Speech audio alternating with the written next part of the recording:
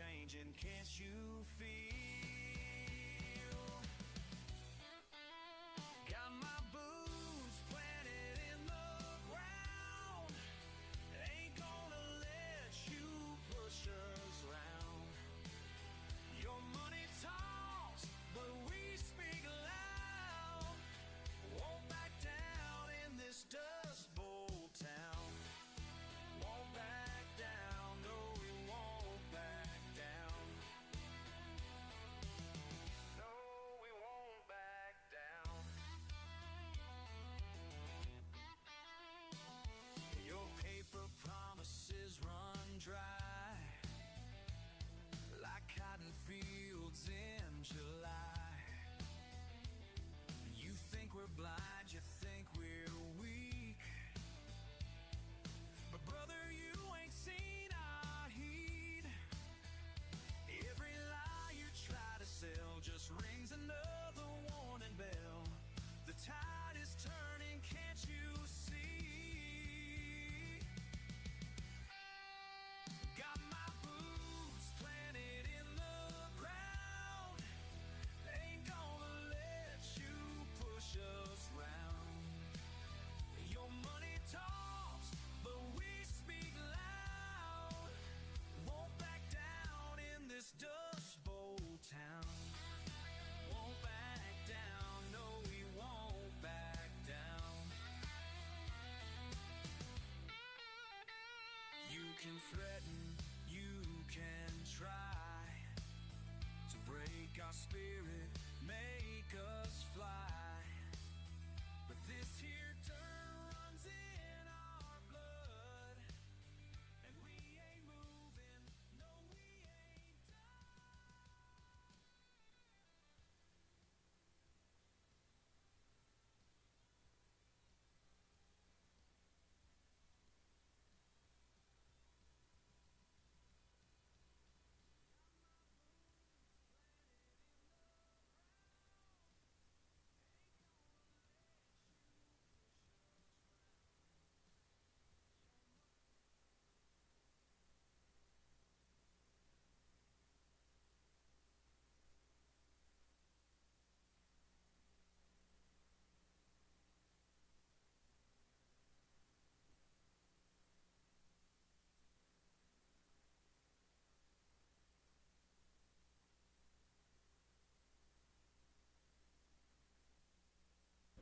I call the second session of the 133rd Convention of the Maryland State Firemen's Association to order.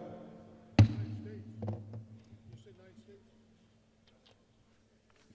gives me great pleasure to introduce our next speaker, Mr. Tom Jenkins. He is a senior advisor and research manager for Underwriter Fire Safety Research Institute, where he focuses on the National Emergency Response Information System. Tom, are you ready? It's all yours.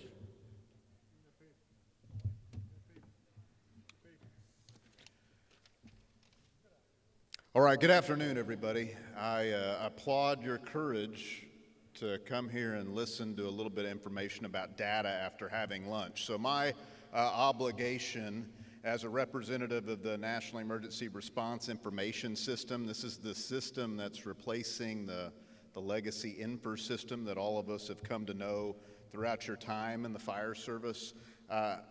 My goal here today is to make sure that you walk out of this gathering a little bit more informed, and most importantly, I want you to stay awake. I think the work that we're doing on NERIS, while it may not feel like it to you as you sit there, this is arguably the most important thing that's going on in the fire service. So whether you're a career firefighter, a volunteer, a chief officer, you name it, the need to understand what's going on in America's fire service is pretty prevalent. I spent 26 years as a career firefighter and fire chief, and most important in my entire time is just making sure that we get this project right.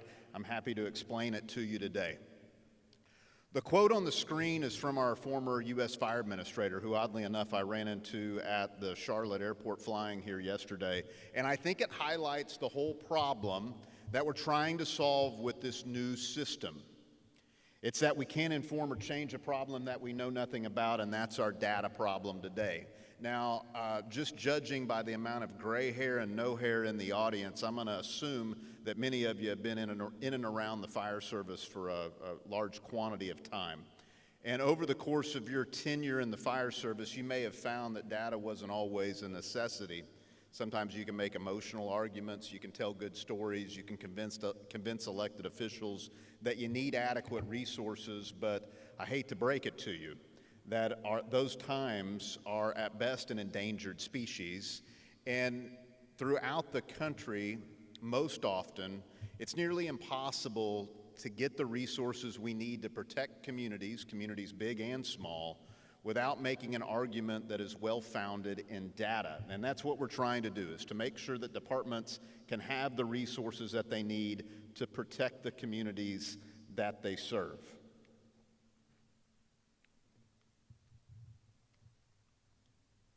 Pardon me just a second.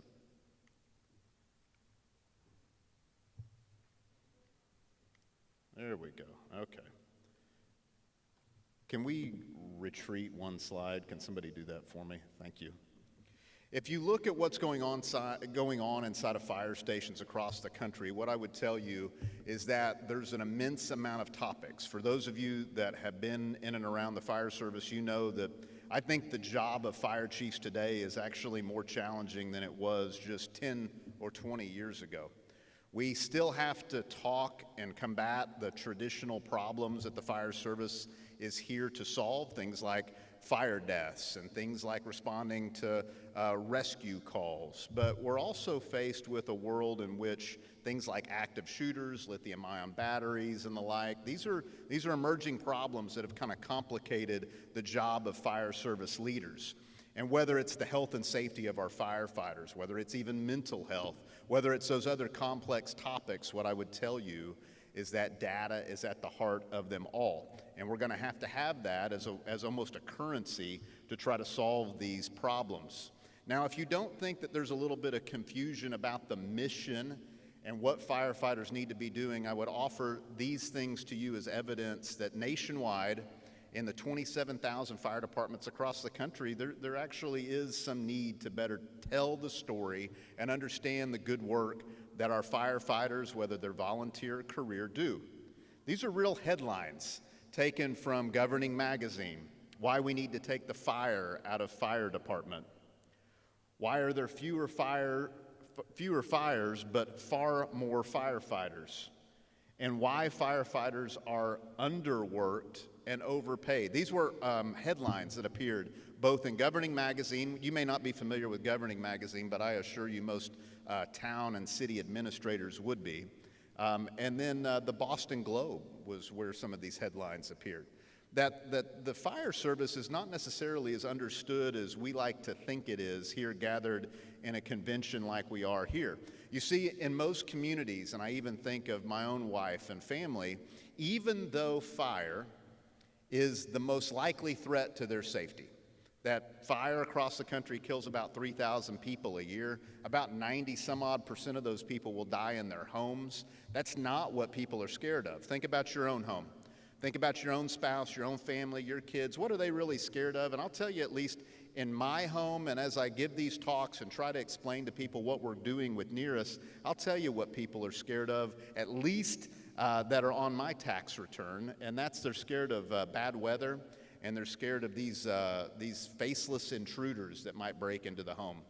That when things are stormy outside, my wife is quick to make sure that we're kind of ready in case there's severe weather going on. And also we make sure our doors are locked, but we're not necessarily scared of fire, even though bad thunderstorms and nameless and faceless stranger-like intruders combined only kill about 100 people in this country. Remember, that's a fraction, about 10% of what actually die in residential home fires. So we just have a misunderstanding, a perception of risk that is a little flawed.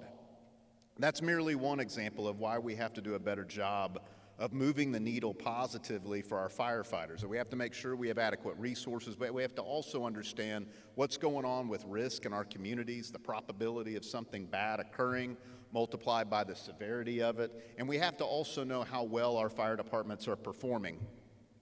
One of the things that NERIS will offer our country, local fire departments, our state, specifically the state fire marshal's offices who care greatly about what's going on in the borders of their jurisdiction, is the ability to understand what's going on in near real time. Now, the room is a little too big for me to do this with any ease, but normally it is at this point that I ask you all, and I'd ask you to at least answer it for yourself. Like, how long should you think it would take to figure out what an emerging trend regarding fire safety might be in this country?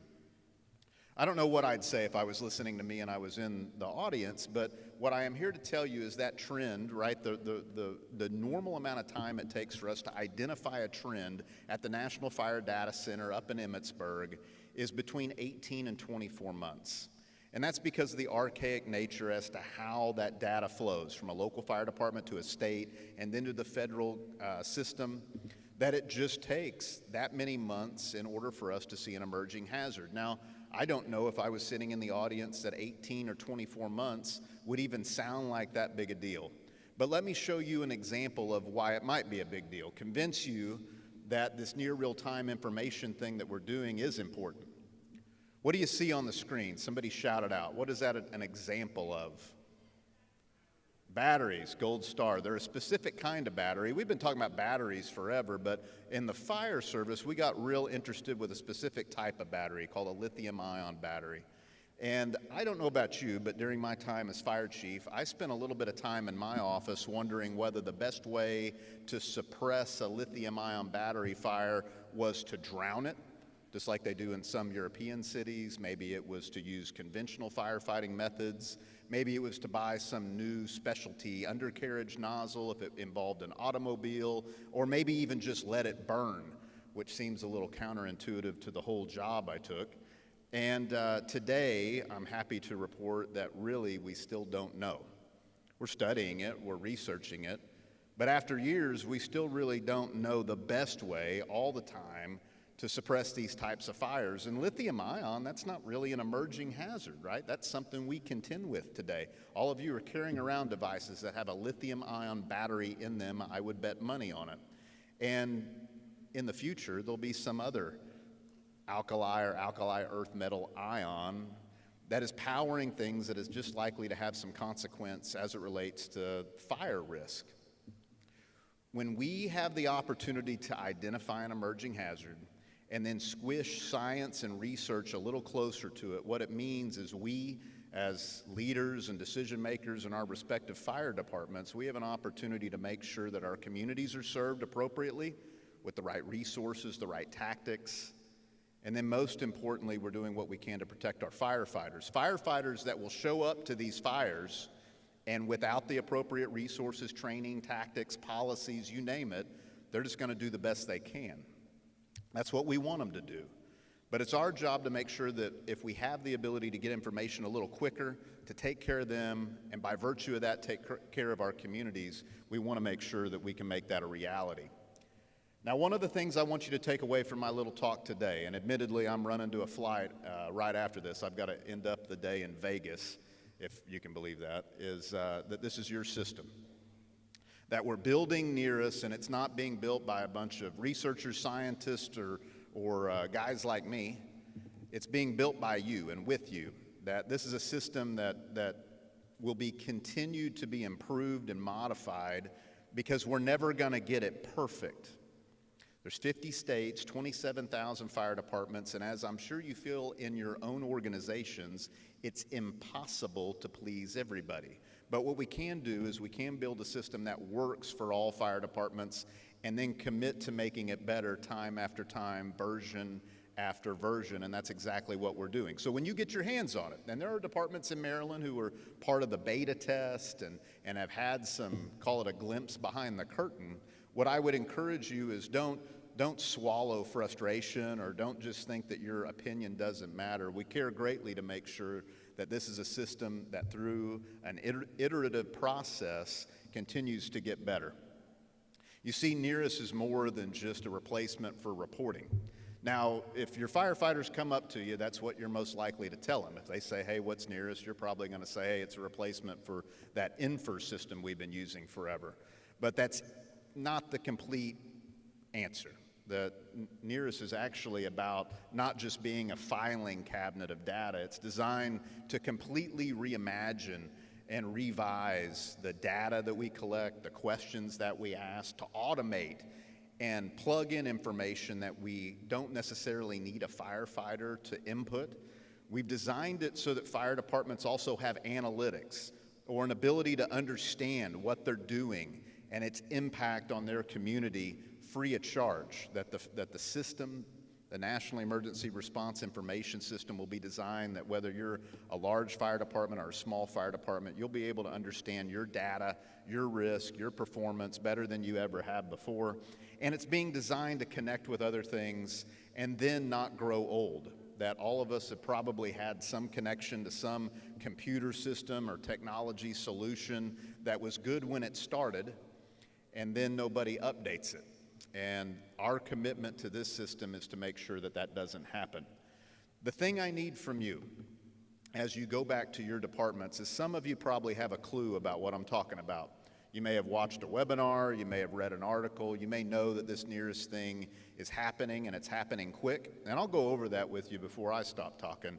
But what I need you to make sure you do is you have that conversation locally with your firefighters, with the people that matter, your boards of directors, even with your leadership, that if we don't change the way and the value we place on data input, how we complete reports, both being timely and accurate, then we're not doing this for any real purpose, right? We have to make sure that there's value placed upon accurate and timely incident reporting by our firefighters, and then our leadership needs to make sure that we're using data, not just gut feelings, to make decisions regarding resource placement, resource type, you name it.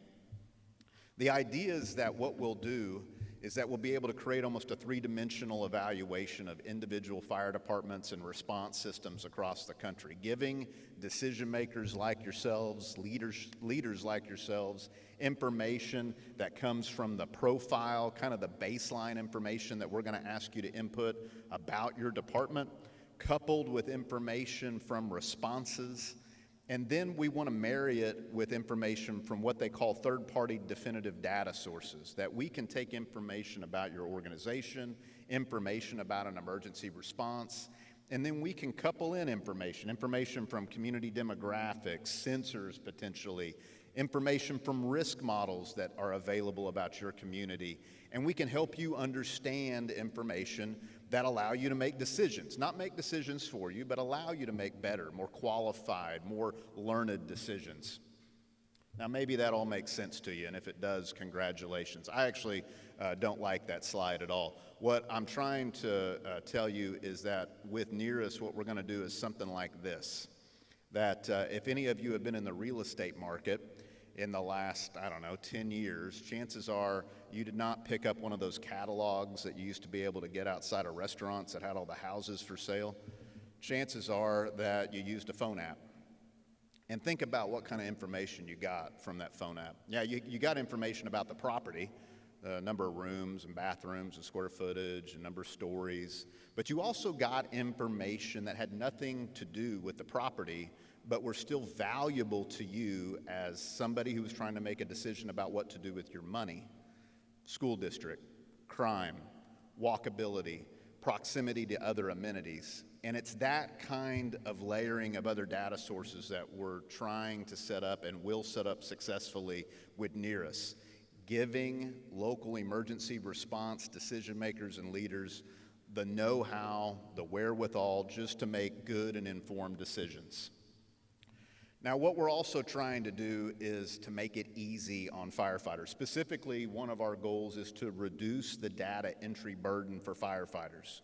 We believe that this notion that firefighters are too lazy or not smart enough to really give us good data input, we think that's wrong. And as somebody who spent their entire life's work on the fire department, I hope it's wrong. I think that when we make it common sense, and easier for firefighters to input information. I think they'll give us the information that we need, and by virtue of that they need to take care of their communities. Part of that system in reducing the data entry for firefighters is making sure that when they first have to make this transition in NERIS, that it's as easy as possible. For years, there have been those probably gathered in this room, certainly in the state of Maryland, that have been inputting information about your fire departments. Number of stations and apparatus and people as part of fire grants and safer grants and the like. We've gathered that information. Now, I'm not here to tell you that it's 100% accurate, but what I am here to tell you is that when some department from Charles County logs into the system for the first time, that there's about a 90% likelihood that what they're doing is updating information about their department rather than inputting it for the first time. That we're trying our hardest to make sure that firefighters don't have an overwhelming burden in making this transition. We all know how change goes with humans, much less firefighters, and so when we make it as easy as possible, we think it'll end up with a success story. One of the things I want you to remember when people say, why would we be doing this? Why would we even mess with that old system?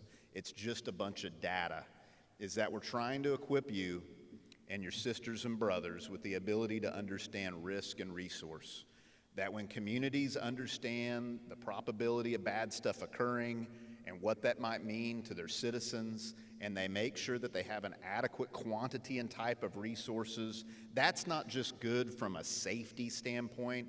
It means it's a good government investment for the county, for the city, for the town, for the state, and also produces a societal and economic benefit. That said more plainly, when we have communities that balance safety and risk, it means that they're communities that people invest in, they want to travel to, they want to work in, and they want to live in. And when we can promote that, I think that's good for everybody. Now, a fair question. This is a program, this has been a project that has been underway now for 25 months, and that's from the time the contract was originally signed. And a fair question for you to ask me is, how is it going? I told you it was built for you and with you, and I'm obligated that if I'm going to tell you that, I've got to prove it to you.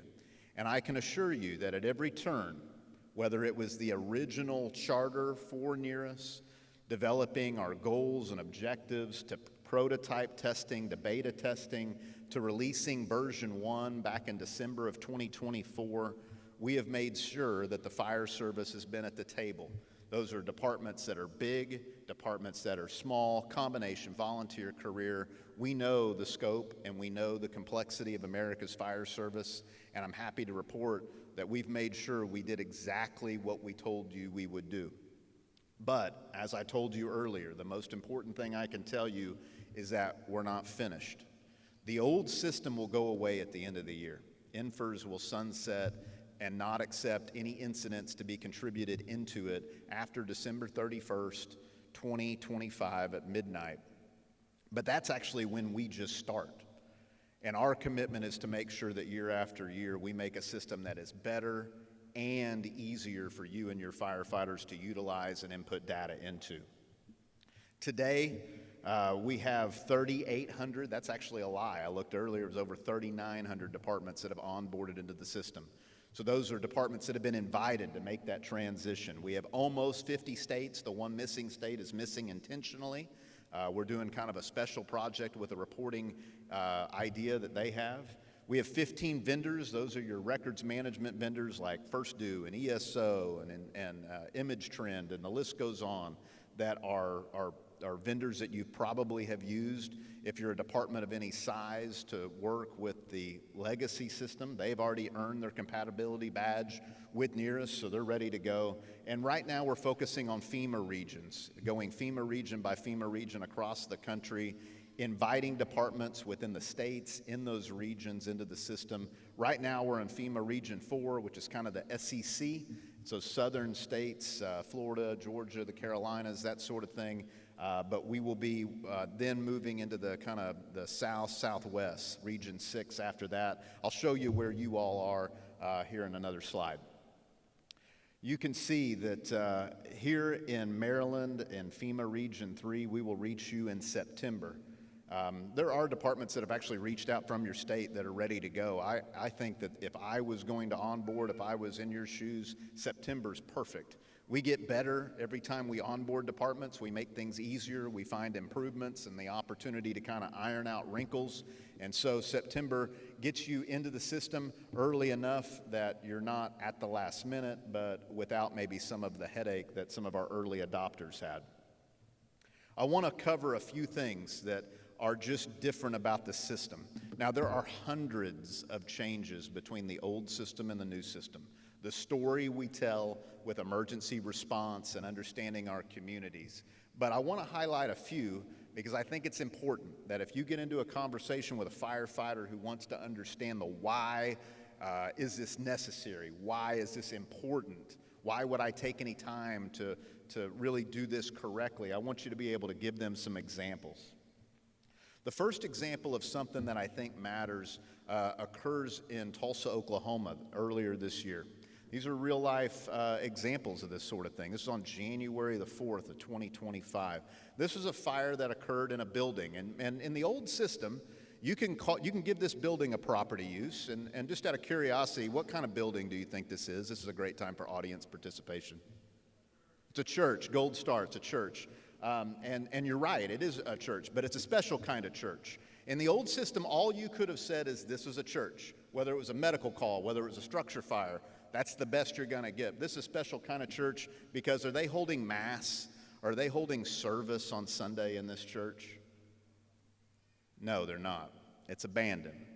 It's unoccupied.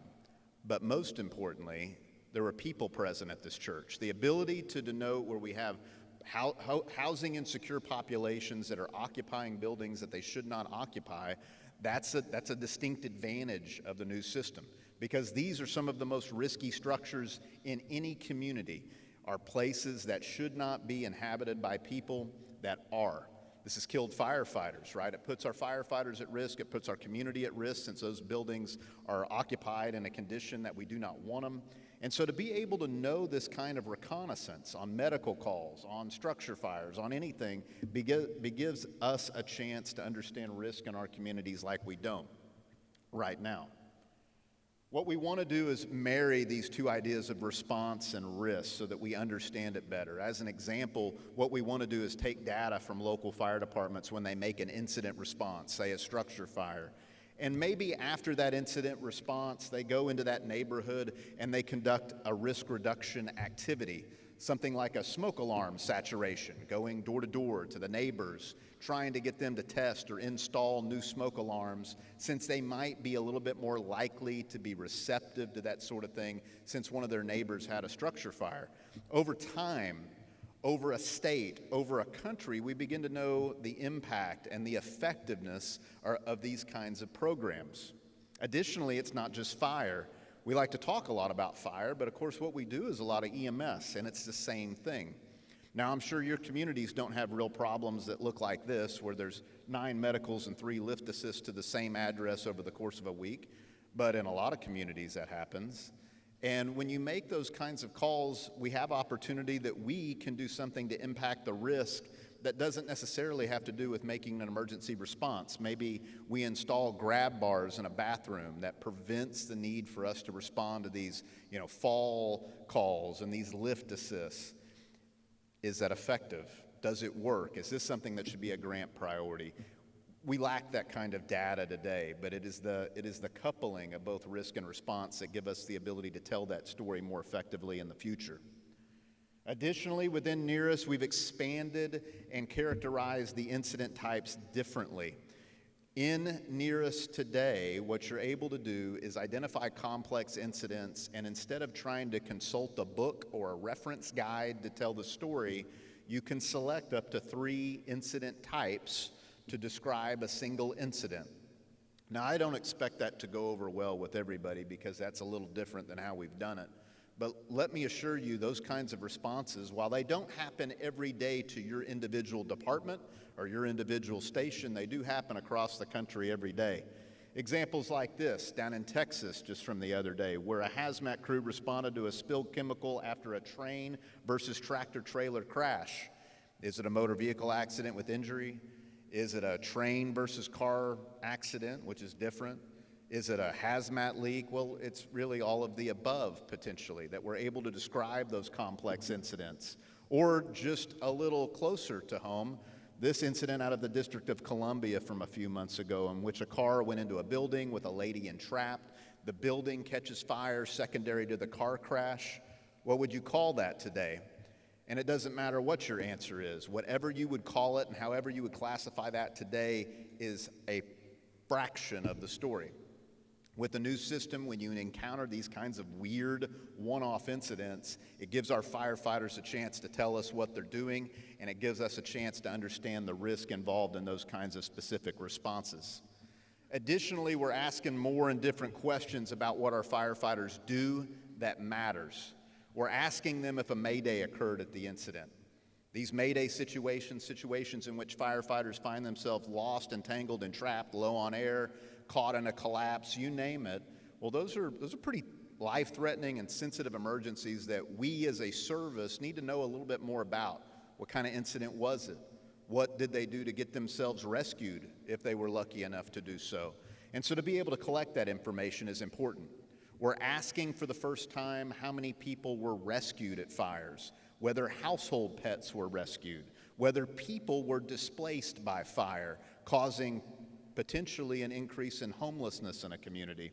And we also give firefighters and fire departments the ability to flag incidents as involving a specific attribute that's important.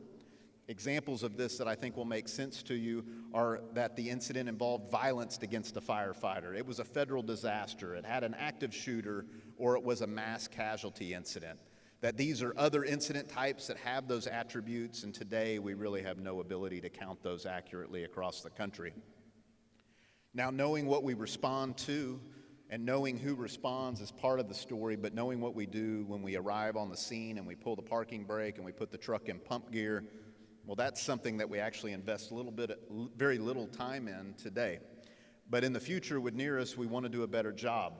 We've modernized and made a robust list of actions and tactics used at the incident scene to handle the emergency. You can see just a little screenshot of it below.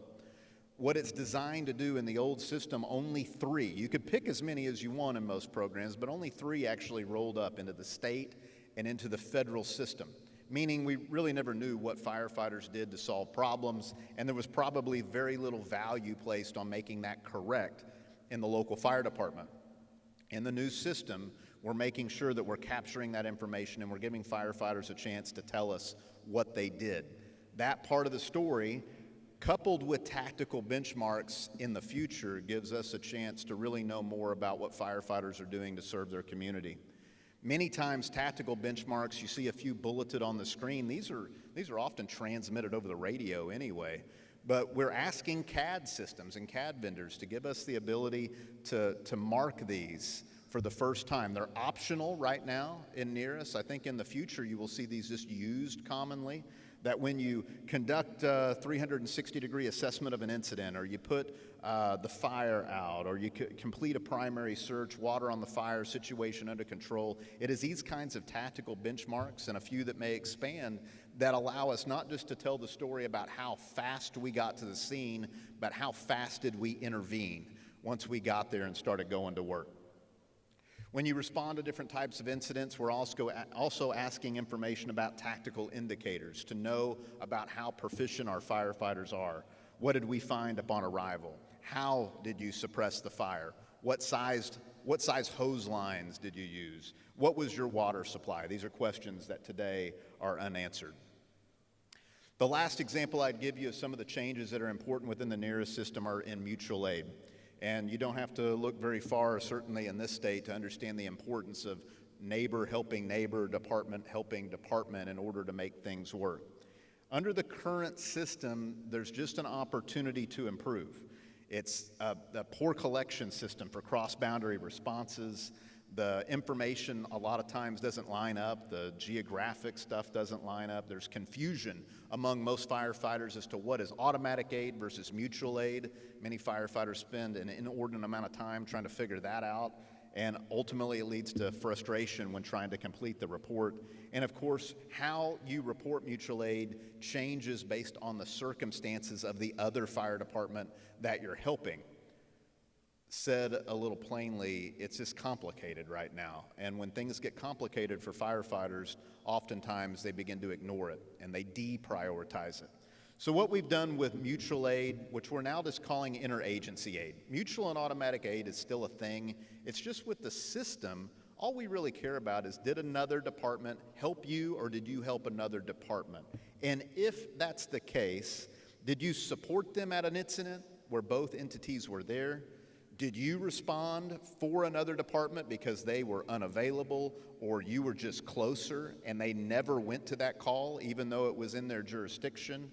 Or did you act as another entity? That's most common in some of the western states, especially around the wildfire arena, that we simplified it, just trying to make sure that we give firefighters an opportunity to tell us the character of their response to a neighboring jurisdiction.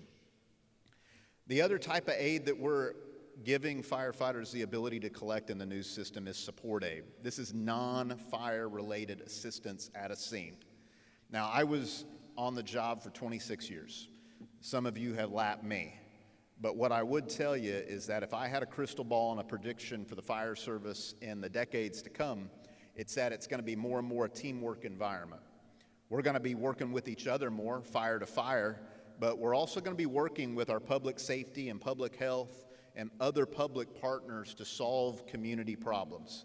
And so to know how we utilize different agencies on incident responses is important, and we give that ability within Nearest to do that. Now, 2025 is a transition year. I've told you kind of why we're doing this, told you how it's a little different. I want to tell you what's going on now as I wrap up. We will be here in September asking you to onboard into the new system. One of the things I need you to remember and pass along to other departments and educate people who aren't here or aren't paying attention is that when you onboard into the new system, it's a two-part process. The first part is you submit information about your department. In this country, we actually have no official database that exists as to the number of agencies and departments. And so that's the first thing we're doing, is constructing a national database of response agencies. That's the first step in onboarding, is just to give us that information. You can continue to report into the current system, INFRS, for as long as you want throughout the year. Now, at some point in time, you'll want to make that switch. Maybe you want to make that switch in September for your department. Maybe you want to wait until it's closer to the end of the year. Maybe your favorite month is November. We really don't care. We just want to make sure you understand it's a two-part onboarding process to get away from the old system. Set up your department's profile, and then when you're ready, that'll oftentimes depend on like your records management system vendor, if you're using one of those, if you're using direct entry through the free system that's available with Nearest. But you can do that at any time in 2025. If you want my advice, pull the Band-Aid off, cut over early, use the time between now and then to educate and train your firefighters. The onboarding schedule is what I showed you earlier, but I want to re-emphasize it because especially up here on the East Coast, as we get a little closer into New England states, you all have connections with folks that are in these other FEMA regions. You likely have friends and colleagues that are in other states that are affected on a different timetable. I want you to be able to help me educate them as to when they can expect to be invited to onboard into Nearest. Now, when I talk to you about that phase one onboarding, this is the kind of information that we're asking for your individual department. We want to know about department demographics, how many career firefighters, volunteer members, civilians you have. We want to know your boundaries. We live in a world where the question of where matters. And so we've actually developed boundaries for most fire departments. I've found about half of them are correct. So we may need your help in contacting the county GIS folks or the city GIS folks to get your boundary correct in our system. We'll want to know where your stations are, what apparatus are there, the staffing levels, your services and capabilities of your departments, and also some of your frequent mutual and automatic aid departments that you work with.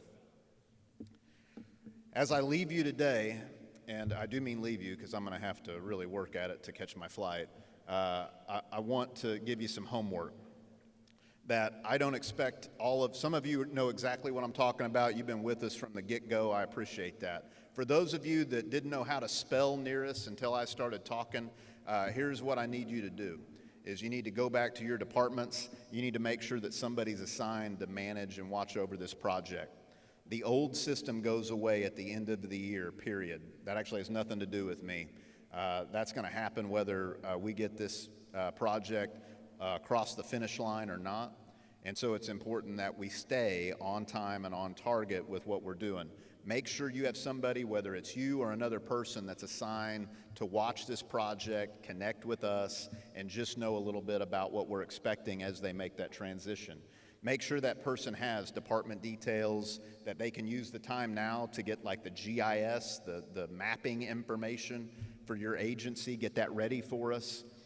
And in the time between now and September, use that to train and orient your firefighters. Whether you're career, whether you're volunteer, you've got a golden opportunity to make sure that your firefighters change their mindset as it relates to data. I didn't get on the job, and neither did you, because you were super excited about completing an incident report. I know that. However, in the world we live in, data is oil, and we have to make sure that we're telling our story, that we understand what challenges we have in front of us. That's important in the now, and that's going to be really important for the firefighters of the future, and we need to make sure we're doing what we can do to take care of them. With that, that is my presentation today. I would call your attention, though, to what I believe to be the most important line in my entire slideshow, and that is my email, and that's my cell phone at the very bottom. I am the sole firefighter on this project. I retired, if you call it that, to make sure this project was a success and that you individually and you as your departments are represented correctly to get this across the finish line.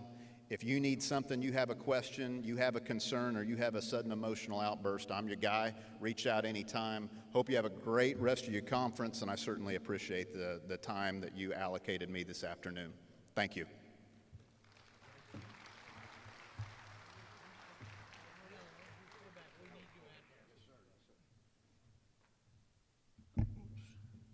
Thank you, Tom, for a great presentation. We have a couple mementos for you to come out here, and the photographer will tell us where to stand. Maybe. Yeah, there you go.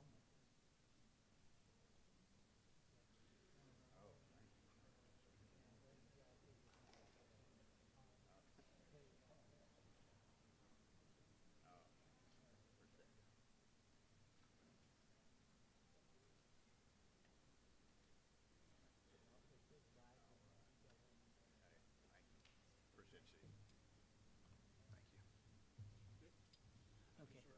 Who we got next? Secretary. Our next speaker will be Secretary Russ Strickland.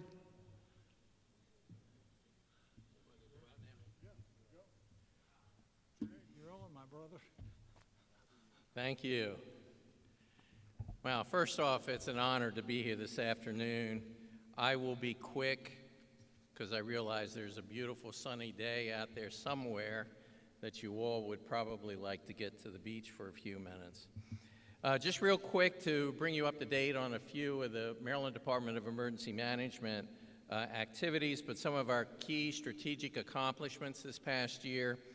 We are in the process of modernizing emergency communications, and that's a cornerstone achievement this year was the full statewide implementation of the Next Gen 911. It was a multi-year effort supported by over $36 million in FY24 funding. Maryland now is the first state to achieve the level of interoperability with multiple vendors, setting a new national standard. The final deployment across all 24 county PSAPs remains a top priority for FY25 to enhance response for all Marylanders. So that truly was an outstanding accomplishment coordinated by the Maryland 911 Board. Strengthening legal foundations. In Annapolis, we successfully championed Senate Bill 138 and House Bill 423, which has now passed and expands the ability of MDEM and the 911 Board to adopt regulations that enhance operational readiness and accountability statewide. And finally, we have professionalized the workforce, where you'll hear about the Maryland Qualification System, the MDQS, that is not in any way, shape, or form a competitor to the Maryland Fire Service Personnel Qualifications Board, but is specific to those titles and operations that would be involved in disaster-type activities. Was launched in January of 2024, has reached a significant milestone. The historical recognition period officially concluded on April 30th of 2025. To date, 809 certifications have been successfully issued. To support the ongoing need for credentialing, pilot re-credentialing exercises were successfully completed on June 18th and July 1st. Grant updates, one of the ones that I really appreciate being a part of, and particularly of interest to you all, is the Volunteer Company Assistance Fund. The VCAF remains a strong and available resource for Maryland's volunteer companies. The total fund balance has remained stable at approximately $35 million throughout the year. As of the latest report, the available cash for new loans is $5,495,203. Key loan activities this year include the Chesapeake City Volunteer Fire Company loan settlement on April 9th, 2025, and Abington VFC, which is scheduled to settle at the end of June 2025. The other one is the Amos Fund, where the state fiscal year 26 budget, that's the one coming in this July, includes $16.5 million for the Amos Fund as required by statute. Earlier in the year, all counties confirmed eligibility for the FY25 Amos 508 grant, and MDEM has processed those allocations. MDEM will process the FY26 payments around November 15th, as prescribed by law. Eligibility remains contingent upon county compliance with the Fire Incident Reporting System as well as the MIMS reporting system. Additionally, I'd like to take just a couple minutes again to thank you all for your cooperation throughout the year. Disasters start at the local level, they end at the local level, and it's you as the first responders who are truly there at the local level through all of that. And especially in the last month, the activities that we've had in Western Maryland, specifically in Allegheny County, but some in Garrett County with the flooding that went on out there. It was the individual fire departments that we knew we could count on to assist not only in their jurisdictions, but other areas across that. For your information, we have applied for a federally declared disaster for that area and are anxiously awaiting what we may hear on that. So that would basically conclude my report, and from the governor and the lieutenant governor, we would wish you very, very well and have a successful convention. Thank you.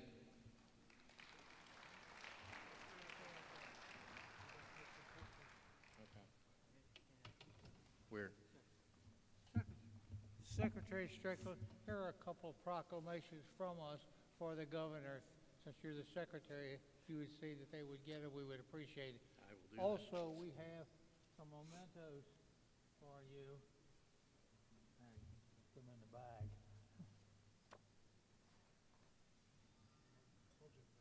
You got to mug it in the bag, too, so I got to have this one back. We're going to step out here so the photographs.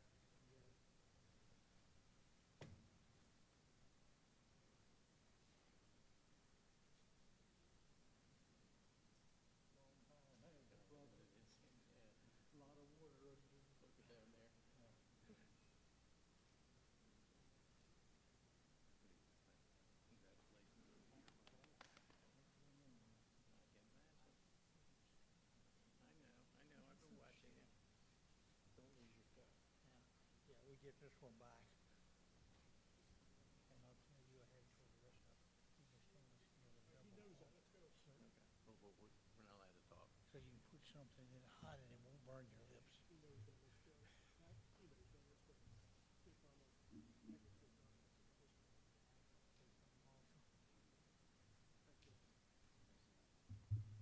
Our next report will be from the Acting State Fire Marshal, Jason Mowbray.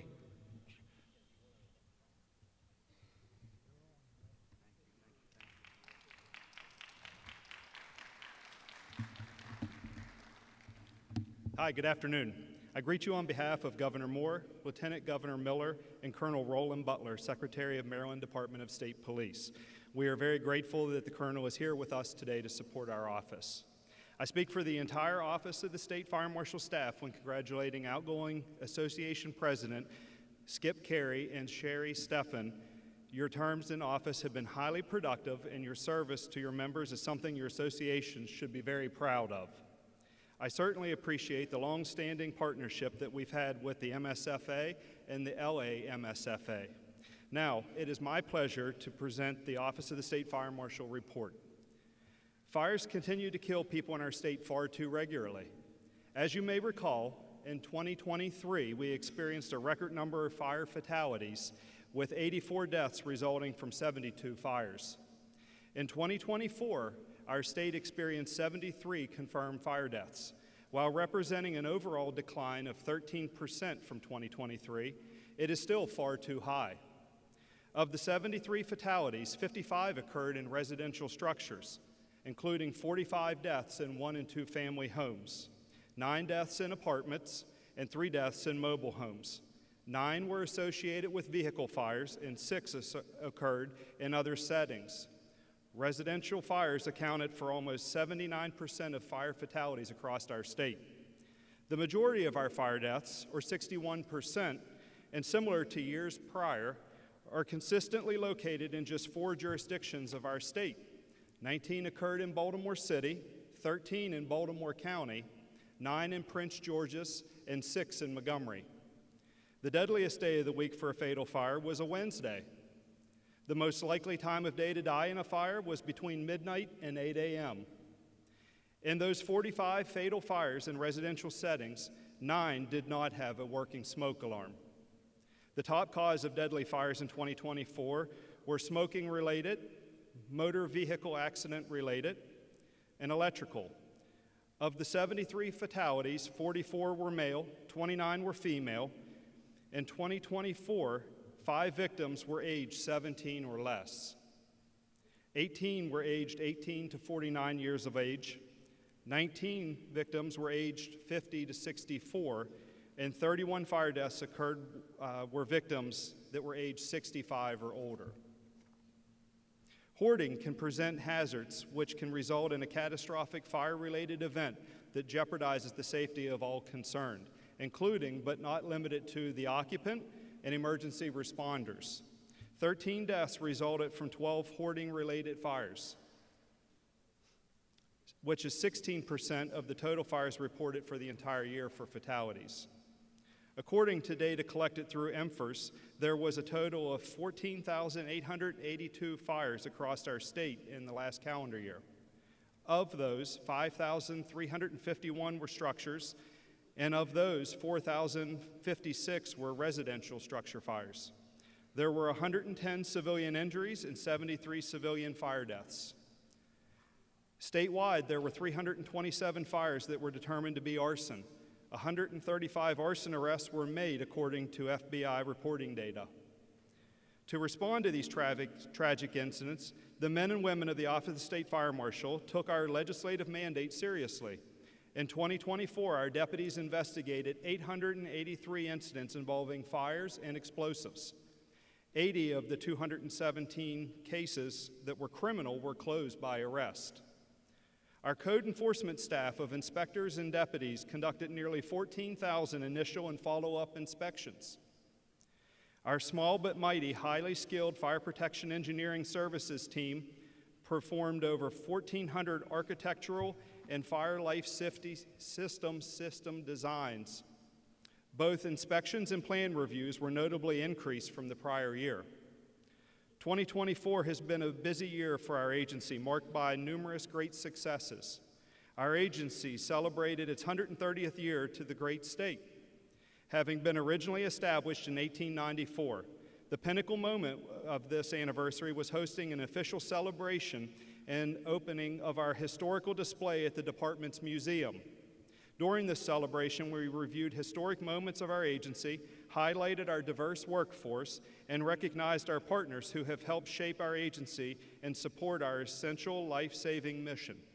We thank all who attended and celebrated this historic moment with us. With the support of Colonel Butler and the entire department, we have made gains in personnel and budget to achieve our goals and objectives.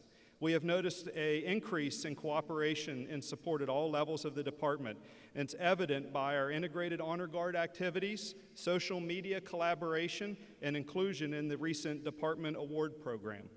Last January, our senior command staff started work on multiple leadership workshops, during which we updated our SWOT analysis and developed our first ever agency strategic plan. This plan has focused our efforts to ensure that the OSFM works every day to achieve the identified agency goals and objectives, both in the short and the long term. We have also developed sustainability plans for our Special Operations Section, fleet, as well as strategic plans for statewide community risk reduction.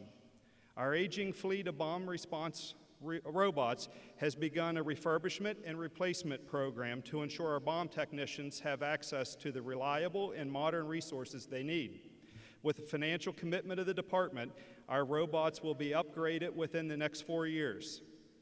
All Special Operations sustainability plans include the need to update our response vehicles, maritime vessels, and drone fleets in the years to come.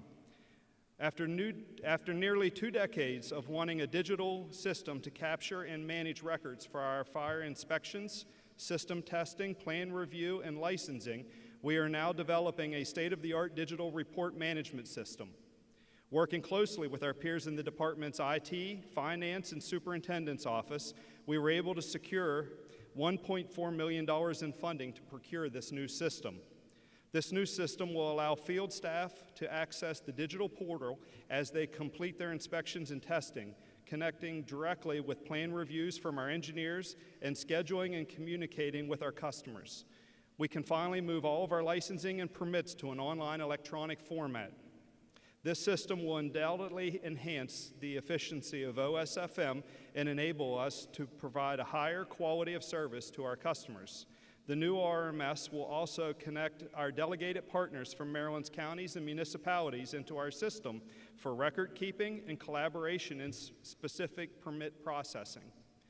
We are already planning the subsequent expansion of this software to include the ability to document fire investigations, third-party licensed contractor fire protection testing, maintenance, inspection records, and other potential collection of NFIRS data.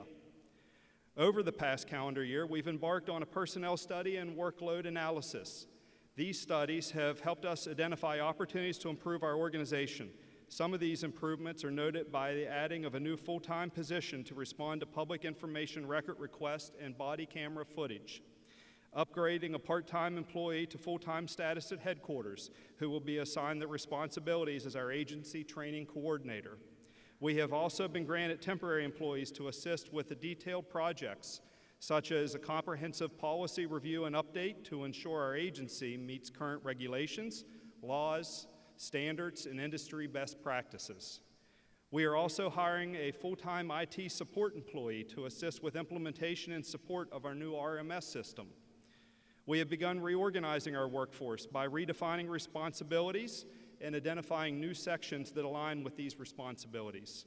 The OSFM now has organizational sections for field operations, engineering services, logistics and technology, personnel, and public education and CRR unit.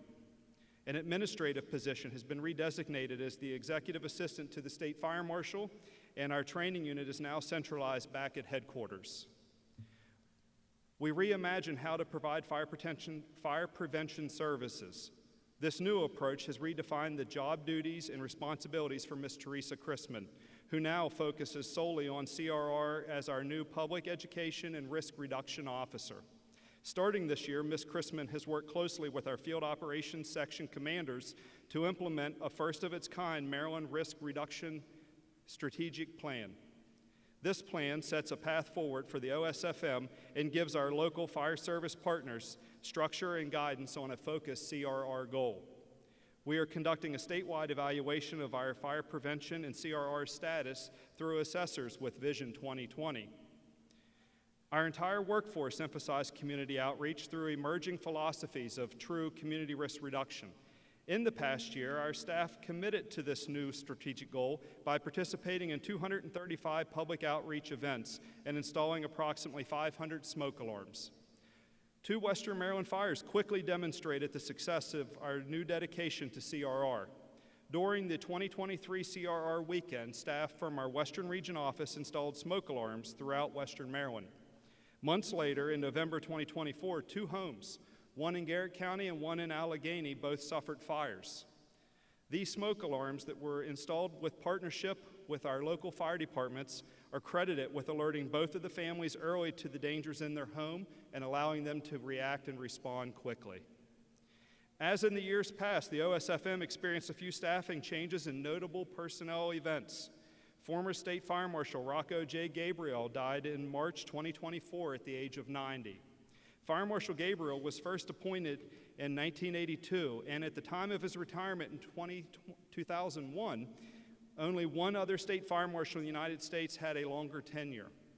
During his time as state fire marshal Gabriel was credited with submitting more than 40 pieces of legislation to enhance fire and life safety. These included ensuring fire investigators were covered under the protection of the Heart-Lung Bill and establishing requirements for sprinkler contractors in 1997. Fire Marshal Gabriel established the Fire and Burn Safety Coalition of Maryland in 1994 to support and enhance Maryland's fire and life safety education initiatives. He also established the Maryland Fire Service Legislative Coalition in 1986 to discuss legislative matters at the General Assembly. This coalition continues to meet today. The OSFM celebrated the graduations of several of our deputies in the past year. Deputy Sierra Hawkins graduated from the MPTC Entry-Level Police Academy and began her assignment at the Lower Eastern Regional Office. Deputies Rhea, McDowell, Yednek, and Matthews graduated from the FBI's Hazardous Device School as bomb technicians. Ms. Teresa Chrisman was selected as the recipient of the 2025 Dr. Ann W. Phillips Award at the Congressional Fire Service Institute Symposium and Dinner in Washington, D.C. Deputy Chief Karen McMahon collaborated with law enforcement leaders from around the world and graduated from the prestigious D.C. Police Leadership Academy hosted by the Metropolitan Police Department. We have also experienced multiple retirements over the last year. Patricia Ward, the Administrative Specialist for our Southern Region, and Mary Bear, the Administrative Specialist for our Special Operations Section, both retired December 31st. Deputy Chris Fenzel retired after years of prior service in law enforcement and a decade with the OSFM. He was most recently assigned as a bomb technician to our Special Operations Section. Accelerant K-9 Zorro retired in December after 8 years of service. Zorro and his handler, Deputy Chief Nelson, assisted in countless investigations across Maryland and beyond. Retired Deputy State Fire Marshal Ruxton Bramble, at the age of 69, died in March of this year. Deputy Bramble joined the OSFM in 1984, and over the next 22 years, he served with distinction as a deputy and a bomb technician. His dedication and bravery were recognized with a Governor's Citation, Medal of Valor, and he and other bomb technicians disarmed 87 bombs in a 36-hour period, earning him 4 Fire Marshal commendations at the time. Since the last convention, we have also welcomed new team members. These new members include Fire Safety Inspector Paul Byington, who is assigned to our Lower Eastern Regional Office, Fire Safety Inspector Shaheem Johnson Dawson, who is assigned to our Southern Region Office, and Administrative Specialist Christy Cardenza, who is assigned to the Special Operations Section. As always, the OSFM works side by side with our partners in Annapolis for this year's session of the Maryland General Assembly. The MSFA is to be commended for its leadership, diligence, and continued support in working with the OSFM and other members of the Maryland Fire Service. The MSFA Leadership and Legislative Committee continues vigilance on key issues, sharing information on important topics, and communicating with legislators. The Legislative Committee is responsible for ensuring that all volunteers across the state remain safe and recognized in Annapolis. As the acting state fire marshal, I wholeheartedly continue to appreciate the partnership our agency has with local and state governments and private industry.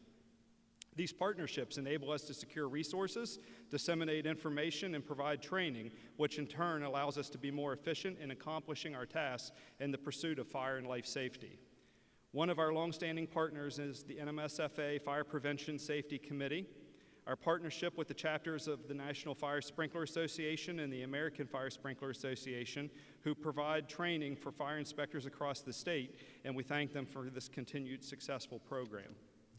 Statewide initiatives advocating for the installation, maintenance, and testing of 10-year sealed battery smoke alarms, coupled with developing practicing a home fire escape plan that includes closing doors at night, continue to help communities reduce fire deaths and injuries. I want to thank and commend all the men and women involved with the FABSCOM of Maryland. This group collaborates with local fire companies to install smoke alarms and CO alarms for individuals who are deaf and hard of hearing. In 2024, this group with fire service partners installed numerous alarms which are protecting many individuals and families across the state.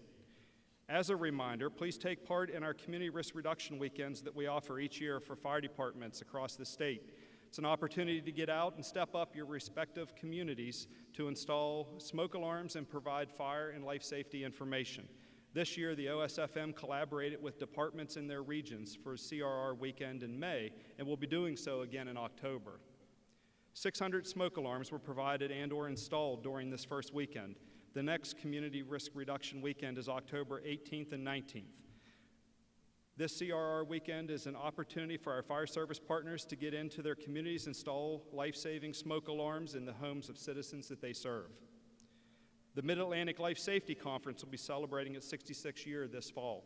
Originally billed as the Governor's Fire Prevention Conference, it began in 1959 when then Governor Tawes saw the need for a statewide conference on fire prevention. Mark your calendars for this Friday, October 24th, for yet another well-prepared conference hosted at the Doubletree Annapolis Hotel. This past March, the Public Fire and Life Safety Educator Seminar was held at the Maryland Fire Institute in College Park. Over 100 motivated personnel attended the outstanding event, which provided timely and topical information. Please plan to participate in next year's program on Saturday, March 21st. Please step up your efforts in the fire and injury prevention area. We must continue to take every opportunity to prevent the 911 call and inform our communities about fire and injury prevention. Take time now when you go back home from the convention to network with other departments, the MSFA Fire Prevention and Life Safety Committee, state and county fire prevention ambassadors, and other organizations to get the fire and injury prevention message out into your community. Take all opportunities to interact with the public, not just during Fire Prevention Week. We need to emphasize our efforts across the state with a particular emphasis on our rural counties. Provide fire and safety information to citizens in your community attending your fundraising events. When you have a fire incident, make it a point to go back to the scene and talk to the residents that were impacted. Ensure your personnel check to see if smoke alarms are present on every response when you're in the homes of your communities. Focus on those populations that continue to be impacted by fire, such as the very young, the elderly, and those with disabilities, all of whom have characteristics that present a difficulty of a timely escape from a fire. Do not wait for them to call you. Reach out and ask to visit. Share information and knowledge about injury and fire prevention with them. All of the OSFM members continue to perform their public safety mission with dedication, compassion, and pride. The challenges that we face each and every day creates endless opportunities. We are always seeking ways to better fulfill our mission, and with your support, continually move the agency and the Maryland Fire Service forward. At this time, I would like to introduce Deputy Chief Dwayne Savitas, Chairman of our Performance Award Committee, who will introduce our agency recipients and nominees.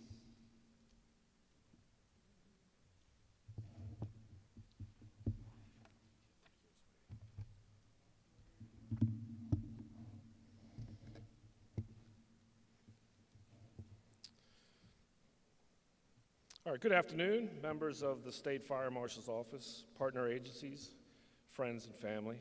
It's my honor to introduce our 2024 nominees and award recipients. In addition to the James C. Robertson Deputy State Fire Marshal's Office, Deputy State Fire Marshal of the Year, we'll be presenting several other awards. As noted earlier, Deputy Fire Marshal Ruxton Bramble, who passed in March at the age of 69.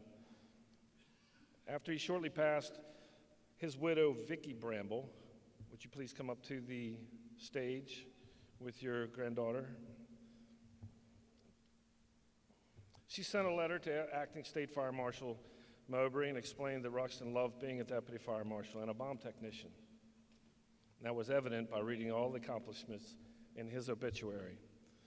It was his way of life for many years. Even though he was dedicated to the state, he never was presented with his retirement badge, and it's my privilege today, Mrs. Bramble, and your family, to present you with this retirement badge on behalf of the State Fire Marshal's Office men and women.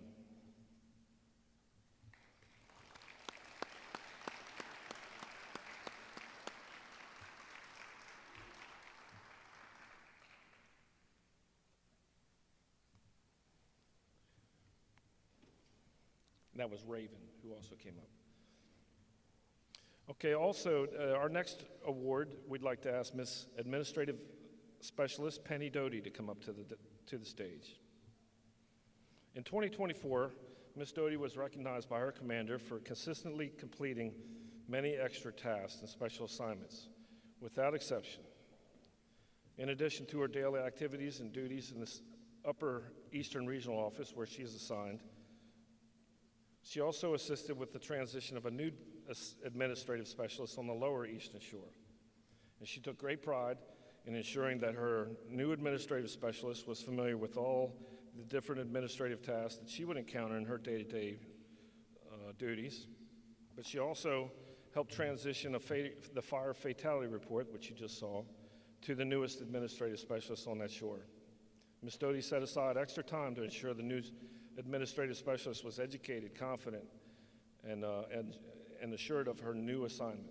Ms. Doty unwaveringly tackled the administrative oversight, also at the same time, of the fire sprinkler licensing program.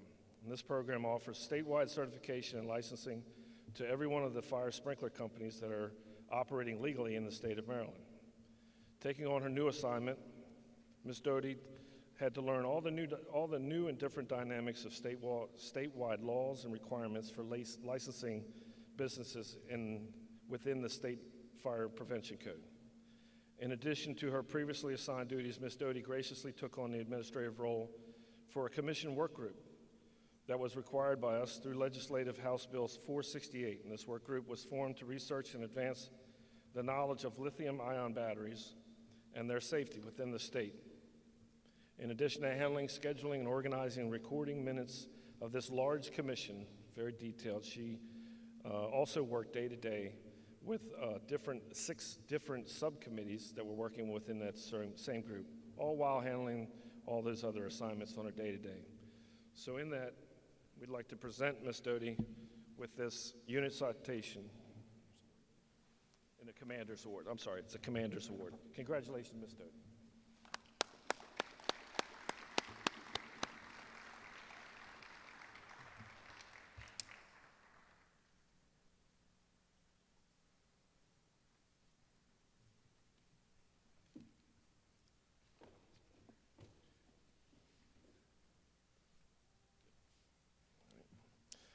Senior Deputy Dale Ednock, Master Deputy Bill Potts, please come to the stage.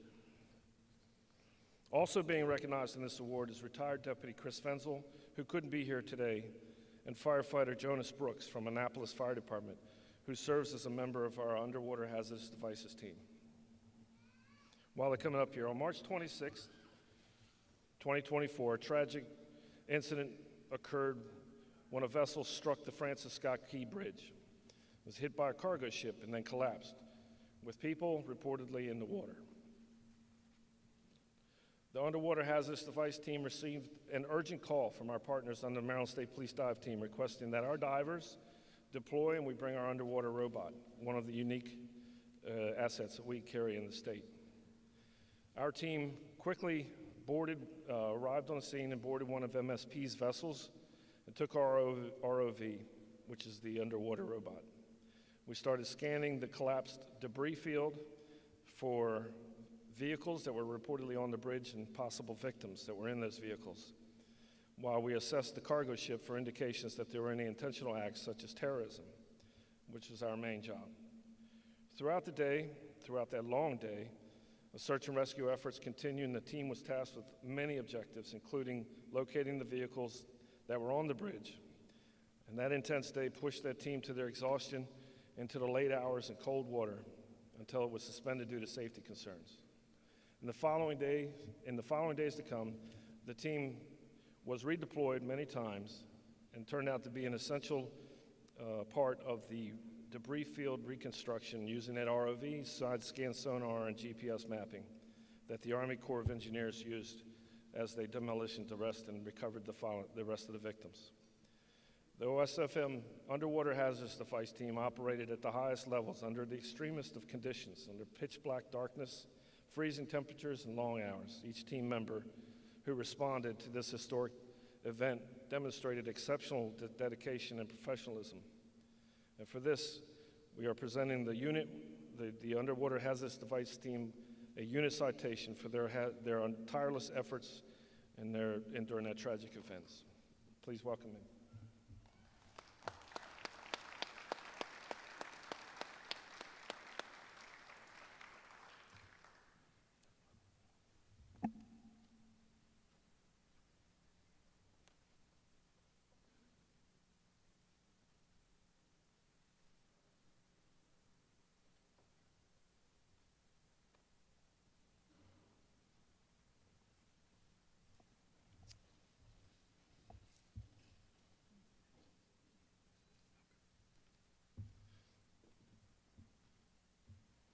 Master Deputy Oliver Alkire, will you please come to the stage? During 2024, Master Deputy Alkire was recognized by his commander for having proven himself to be a truly multifaceted and invaluable resource, not to just his region, but to the entire agency. Alkire's excellent time management skills and tireless work ethic have greatly enhanced the Northeast region and our agency as a whole. Master Deputy Alkire consistently demonstrates exceptional commitment to his work colleagues and to the public. Beyond his primary investigative responsibilities, Master Deputy Alkire serves as the State Fire Marshal's Office Public Information Officer and our overall spokesman. He's contributed significantly to the agency's communications, coordinating new monthly submissions to the Maryland State Police Impact Newsletter, the Maryland State Firefighters Association Volunteer Trumpet, the Maryland Fire Chiefs Association Backstep Newsletter, and so on and so on. His daily updates to the OSFM social media outlets demonstrates his proactive approach to keeping the public informed and engaged, reflects on his exceptional communication and commitment to transparency for our agency. Master Deputy Alkire's dedication to public service extends well beyond his duties with the State Fire Marshal's Office. He frequently assists the National Fire Academy and the Maryland Fire and Rescue Institute by conducting many canine scans, because he's also a canine handler, for their regions, for their origin and cause classes. Additionally, he's represented Maryland at the Florida Insurance Fraud Education Committee Conference on an annual basis, sharing his expertise and expanding the agency's influence nationwide. Master Alkire also plays an integral role in our Honor Guard, if that's not enough, which trains quarterly with the Maryland State Police and other allied agencies. His participation in this unit underscores his unwavering respect for the agency's value and commitment to honoring those who have made the ultimate sacrifice. Master Deputy Alkire's pursuit of professional development is equally commendable. In May of 2024, he earned his CFI certification, Certified Fire Investigator, from the International Association of Arson Investigators. He holds certifications of Fire and Explosive Investigator Instructor through the National Fire Marshals. Which one is this one? I turned the page too fast. Through the National Association of Fire Investigators. Master Deputy Alkire also consistently receives outstanding performance reviews for his time management, productivity, and overall positive impact to the Northeast region and to the entire agency. These accomplishments are a testament to his skill set and unwavering commitment to the Office of the State Fire Marshal and to the citizens of Maryland. Due to all the aforementioned facts, Master Deputy Fire Marshal Alkire is presented with this Commander's Award. Please welcome.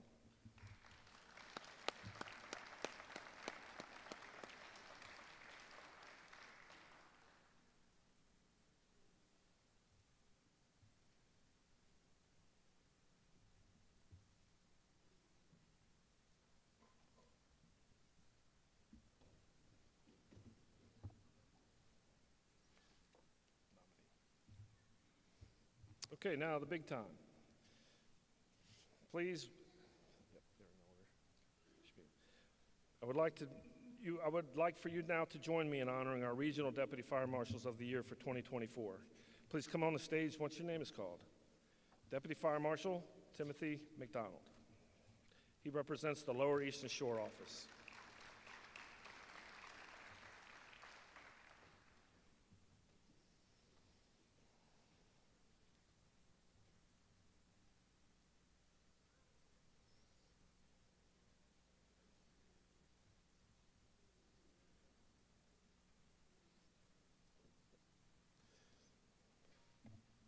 Deputy Fire Marshal Oliver Alkire, Northeast Regional Office.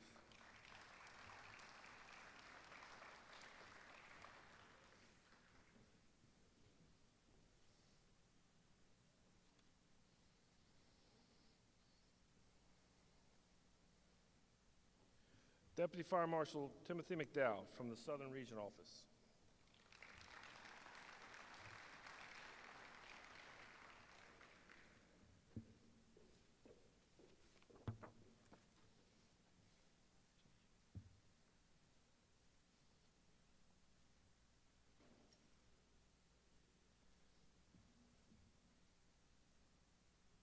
Deputy Fire Marshal Bill Potts from Special Operations Section.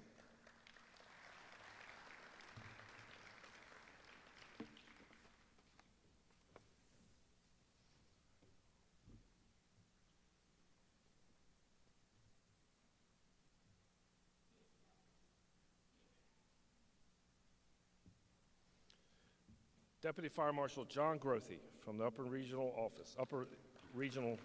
Eastern Region Office.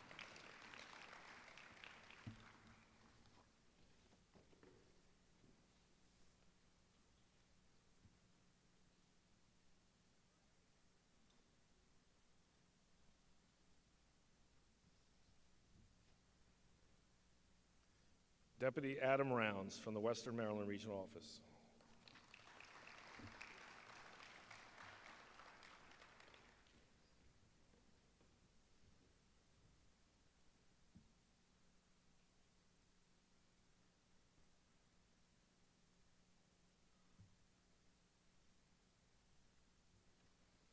These deputies represent their peers and this agency with great devotion, distinction, and honor.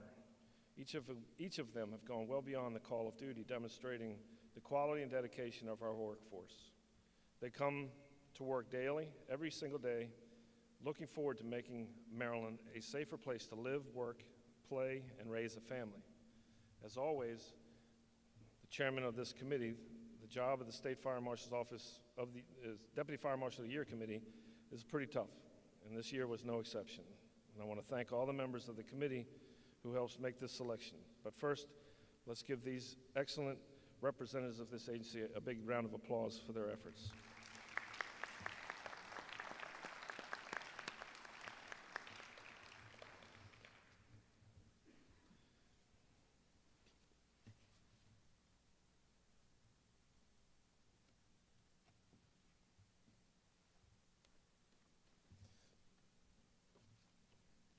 Okay, good. Now I'm pleased to announce the 2024 James C. Robertson Deputy Fire Marshal of the Year Award. Throughout 2024, this deputy demonstrated exceptional dedication to the mission of fire safety and investigations across Maryland. They made themselves available after hours and on their scheduled days and off days, assisting fellow deputies in challenging fire scenes fire scene investigations and follow-up investigations, victim interviews. His readiness to serve has made him a vital asset to his team and to the broader community. In 2024, this deputy completed over 100 hours of specialized training, things covering from as far as explosive awareness, tactical operations, fatal fire investigations, NFPA 921, lithium-ion battery fires, weapons of mass destruction devices, and appliance fire investigations. He most recently gained his Certified Fire Investigation certification through the International Association of Fire Investigators. In 2024, this deputy conducted 59 fire safety inspections and led 21 fire investigations, resulting in 14 arrests related to arsons. Notably, his investigation into a string of Molotov cocktail attacks led to a swift identification and arrest of 2 serial arsonists. Please join me in congratulating Deputy Fire Marshal Timothy McDonald of the Lower Eastern Shore as the 2024 James C. Robertson Deputy Fire Marshal of the Year.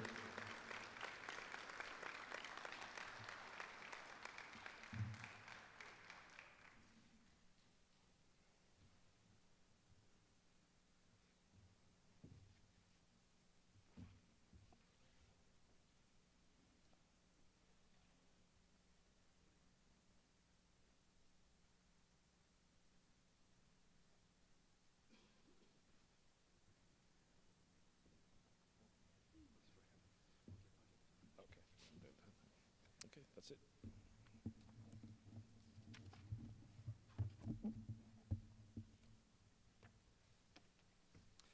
Thank you very much, Chief Savitas. OSFM staff members look forward to working closely with MSFA-elect President Charlie Simpson and LA MSFA President Joan Kramer, along with their leadership teams. We wish them great success during their terms in office. I'd like to share one important thing with all of you before we go. Today, I'm thrilled to reveal a newly designed marked vehicle for our agency. This new vehicle replaced our old and failing white Crown Victoria that we use for ceremonial and official functions. With the close support of the department's motor vehicle division, we have added a black Ford Explorer police SUV featuring our agency's seal, colors, and branding to our fleet. The vehicle also features our agency's new motto of one mission, one goal. Please take a moment to check out the car parked in our booth in the apparatus hall at the convention center. Enjoy the rest of the convention. Please have a safe trip on your return home. Thank you very much and have a good afternoon.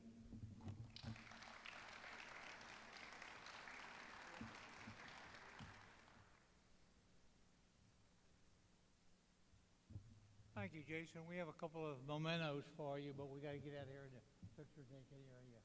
Where's the bag?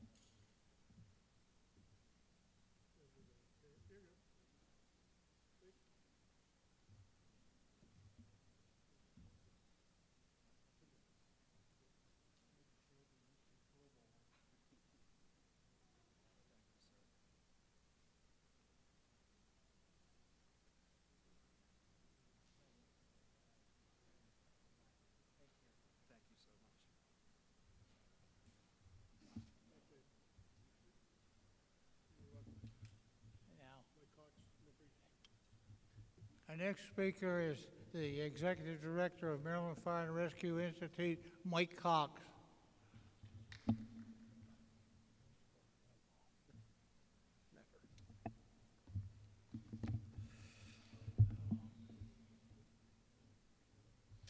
Good afternoon.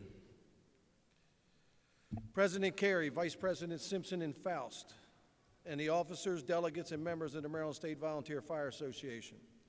It's been an honor for the faculty, staff, and instructors of the Maryland Fire and Rescue Institute to continue to carry on this nearly century-old tradition of educating our state's emergency responders, providing state-of-the-art emergency training programs to the members of the companies of this great organization. In the past year, we've worked diligently to deliver a vast array of diverse programs to ensure our first responders are equipped to face the wide variety of incidents they encounter on a day-in and day-out basis. In fact, more than 24,000 students participated in MIFRE programs last year. This resulted in the delivery of about 2,370 different programs, totaling more than 743,000 student hours and more than 50,000 instructor hours. This included the delivery of 22 specialized training seminars that addressed emerging issues facing emergency providers, such as lithium-ion battery fires, pipeline emergencies, port and shipboard firefighting, rail car incident response, and many other programs. Moreover, the faculty and staff at the Maryland Fire and Rescue Institute have revised and/or developed more than 20 emergency services programs to meet the national standards, ensuring that our responders are equipped with the latest training and knowledge required to perform their duties. In addition, we're proud to report that Maryland's EMT pass rates continue to exceed the national registry levels. This is a direct reflection on the dedication of our instructors and students to do so well in these programs. Looking forward, our state's first responders can expect to see the revision and rewriting of many more programs. In fact, about 15 programs are slated to be redone this year, including the Firefighter Series, the Fire Officer Series, and the Rescue Program Series. The continuous development of crucial training programs that addresses emerging threat and issues will continue, and the ongoing delivery of Pearson VUE testing in all 7 MIFRE regional training centers will also continue. The Institute will continue to invest in the newest equipment and props to ensure that students gain realistic hands-on experience as they train in every corner of our state. MIFRE will also continue to relax our minimum student enrollment requirements to ensure that our students get the training that they need. There will also be additional targeted seminar deliveries to further prepare our state's first responders.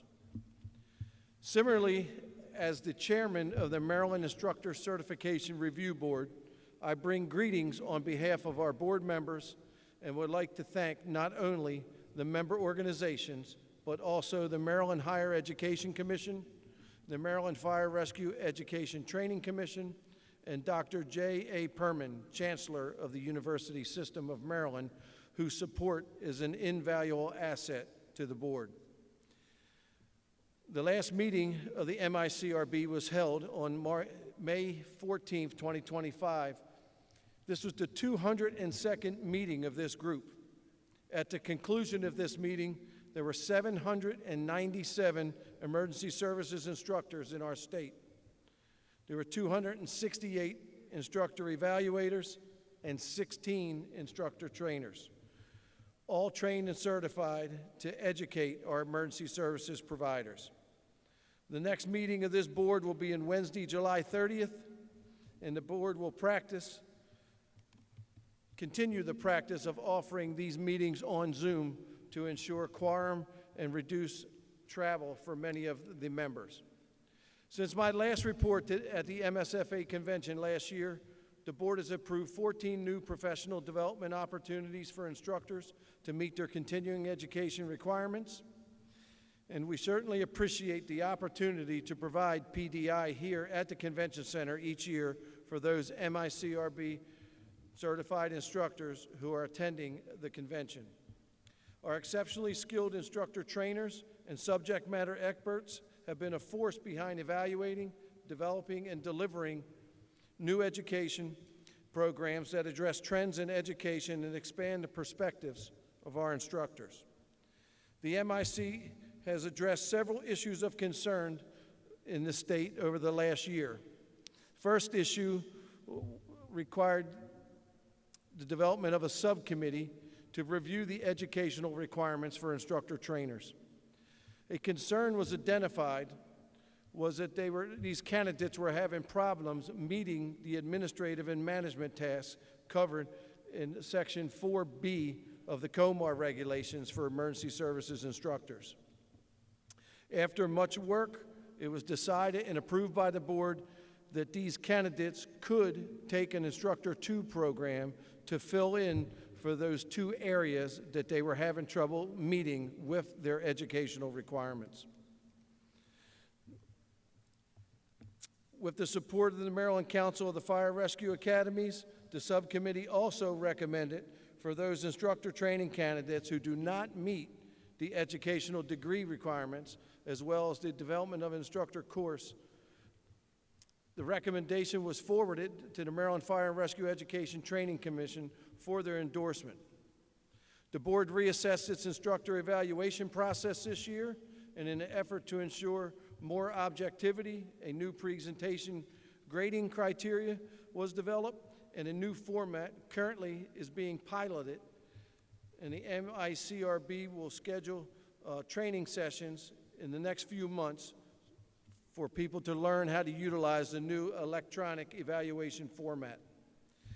This board prides itself on oversight of training and certification issues that may affect the standards and necessitate changes that better clarify and facilitate the steps for certification for our sponsoring agencies as they navigate the process.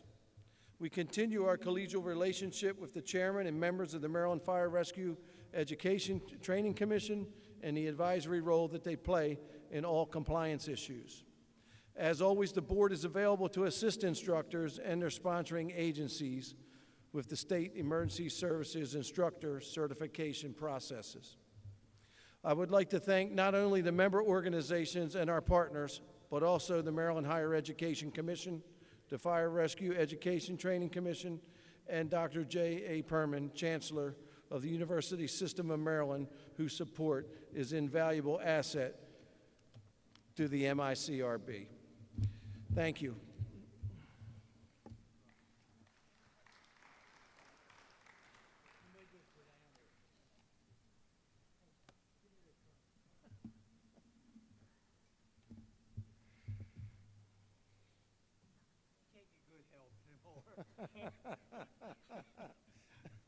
I was already get some pictures of it. I was already giggling, buddy. What? I was already giggling up there. I could hear you back there. Oh, they got the cameras there. Okay. All right. Thank you. I appreciate it. All right. And stand here. We'll get a picture. I never worked for you. No, sir. You look down. Yeah, it probably wouldn't have been long. Give me that one back. You got one in the bag.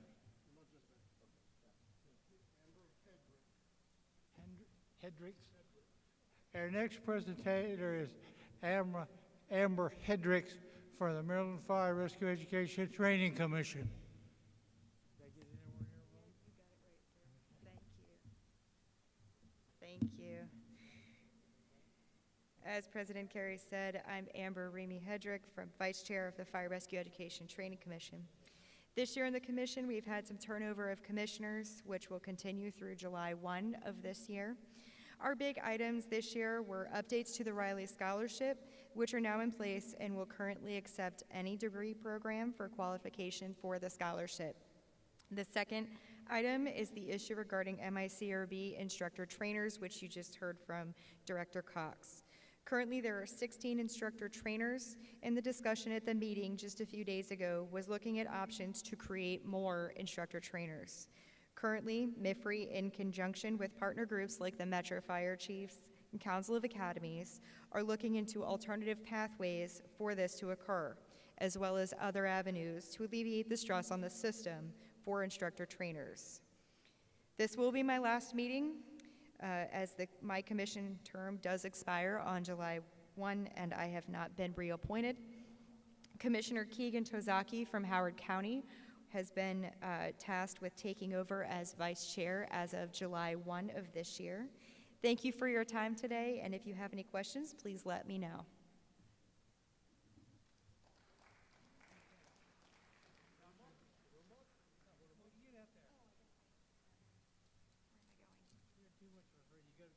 Oh, I gotta go in the center? Oh. Gotta go in the sunlight.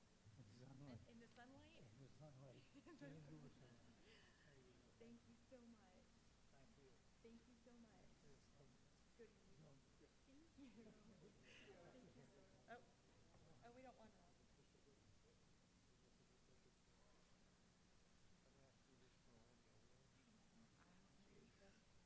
And it leaves in one cup. You got one in your bag.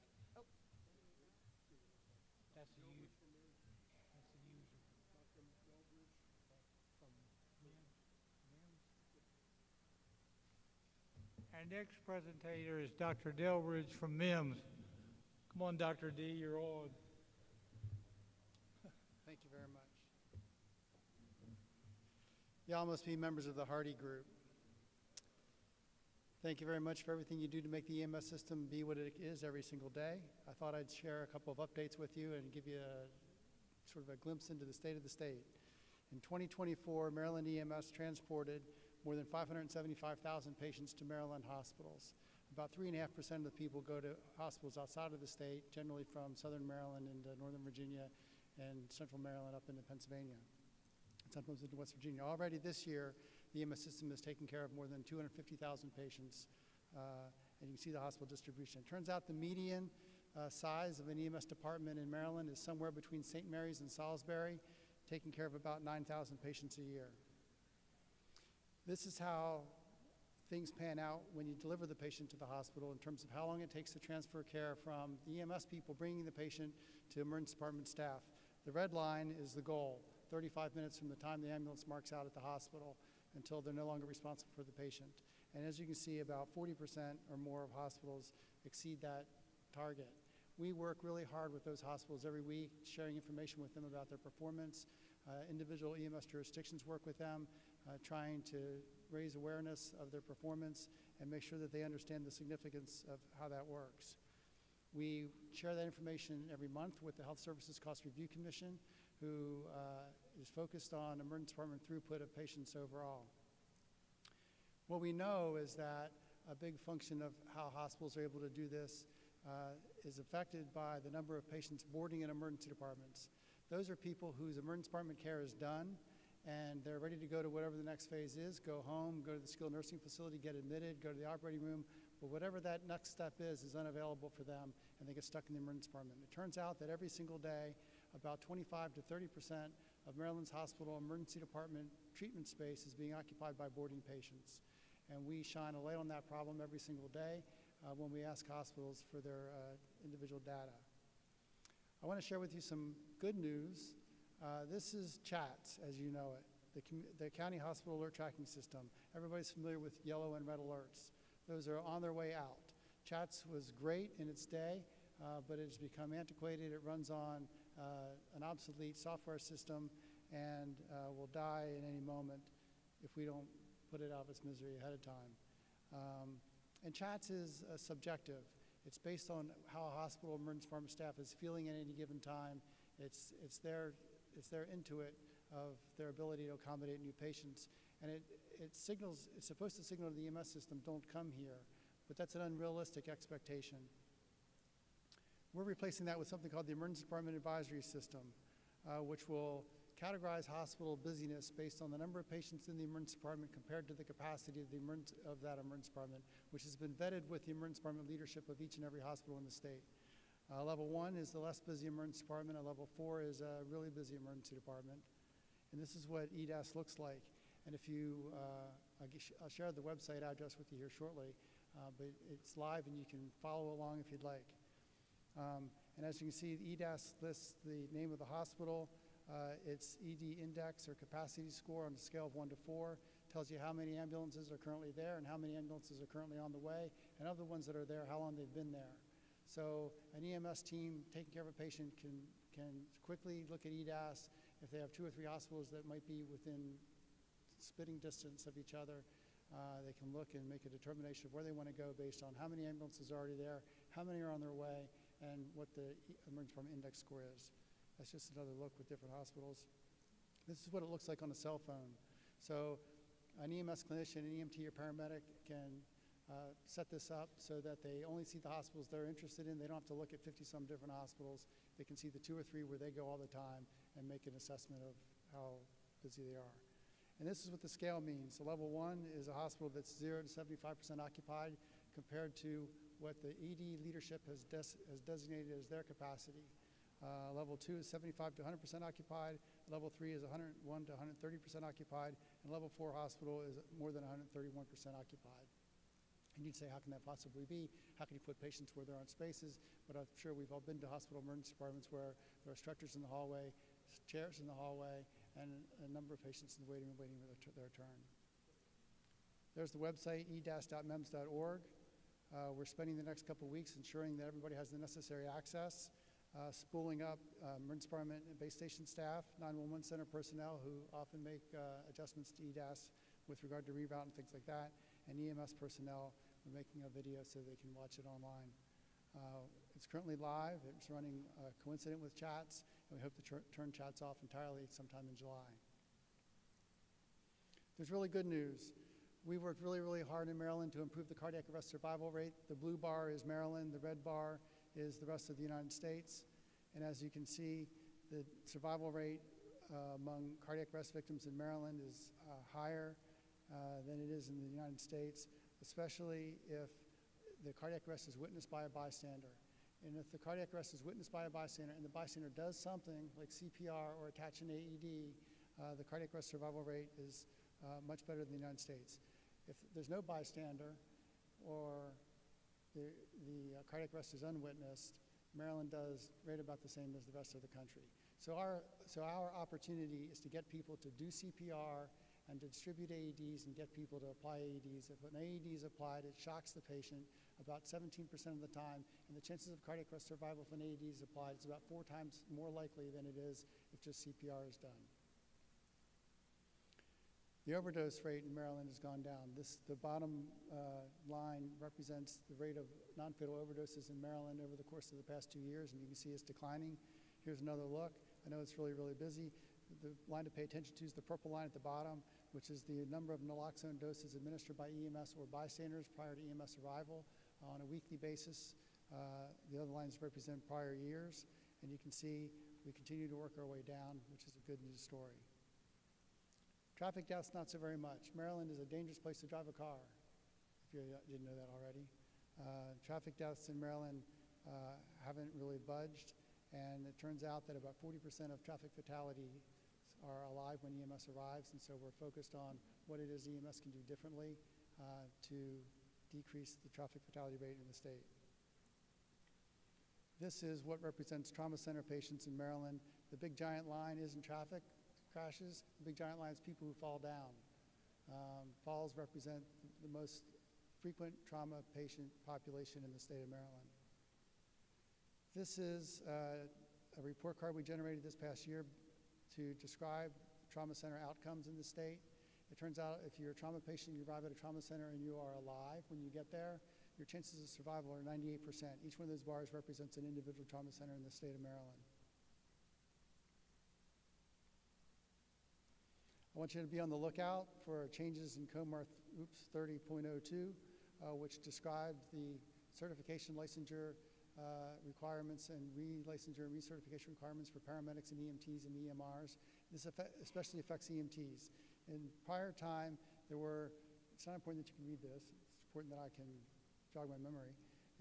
In prior time, there were a number of different pathways to become recertified as an EMT. We are changing that so that you either are nationally registered or you do 24 hours of continuing education, 9 of which includes technical proficiency or skills verification. I'd ask the question, what if I've already taken the old refresher course? Well, we will crosswalk anybody that's done the work to be recertified prior to their recertification date for work they've done prior to July 31st, 2025. And EMTs who are due to recertify anytime after July 31st, 2025 should refer to the MEMS website to get the update on what they have to do. We work really closely with MIFRE to ensure that there is ample opportunity to do what needs to be done. We're making those changes because it allows people to be more asynchronous, gives them more choices for education and more options to do the work they have to do to be recertified in a timely way. And with that, I will stop. That was a lot of scoop in a fast amount of time. President Kerry? We're done.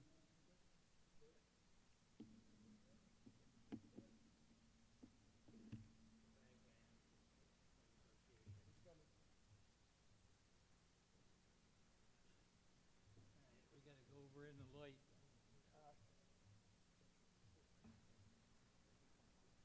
There's some mementos from your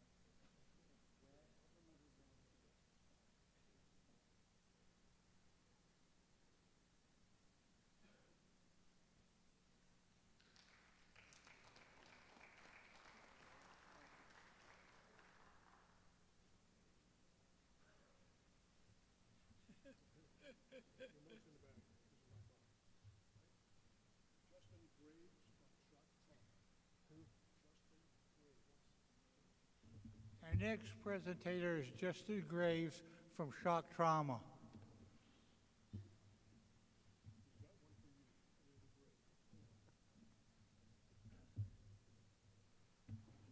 Thank you, President Carey and Vice President Simpson. I appreciate the opportunity to present a few updates in front of the MSFA.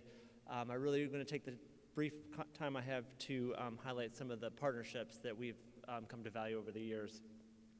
For those of you who aren't aware of us or haven't been to see us, we are the only freestanding trauma center in the country, and 200,000 square foot facility, state-of-the-art, with the state's designated neurotrauma center and the designated hyperbaric medicine center. So I extend the invitation to anyone in the Baltimore area or visiting to come up. We'd be happy to show you around, show you the place. But I want to take some time to talk about how we interface with you. We do not have walk-ins, as you probably know. We only get our patients from you, and so we really value the service you do in the state of Maryland.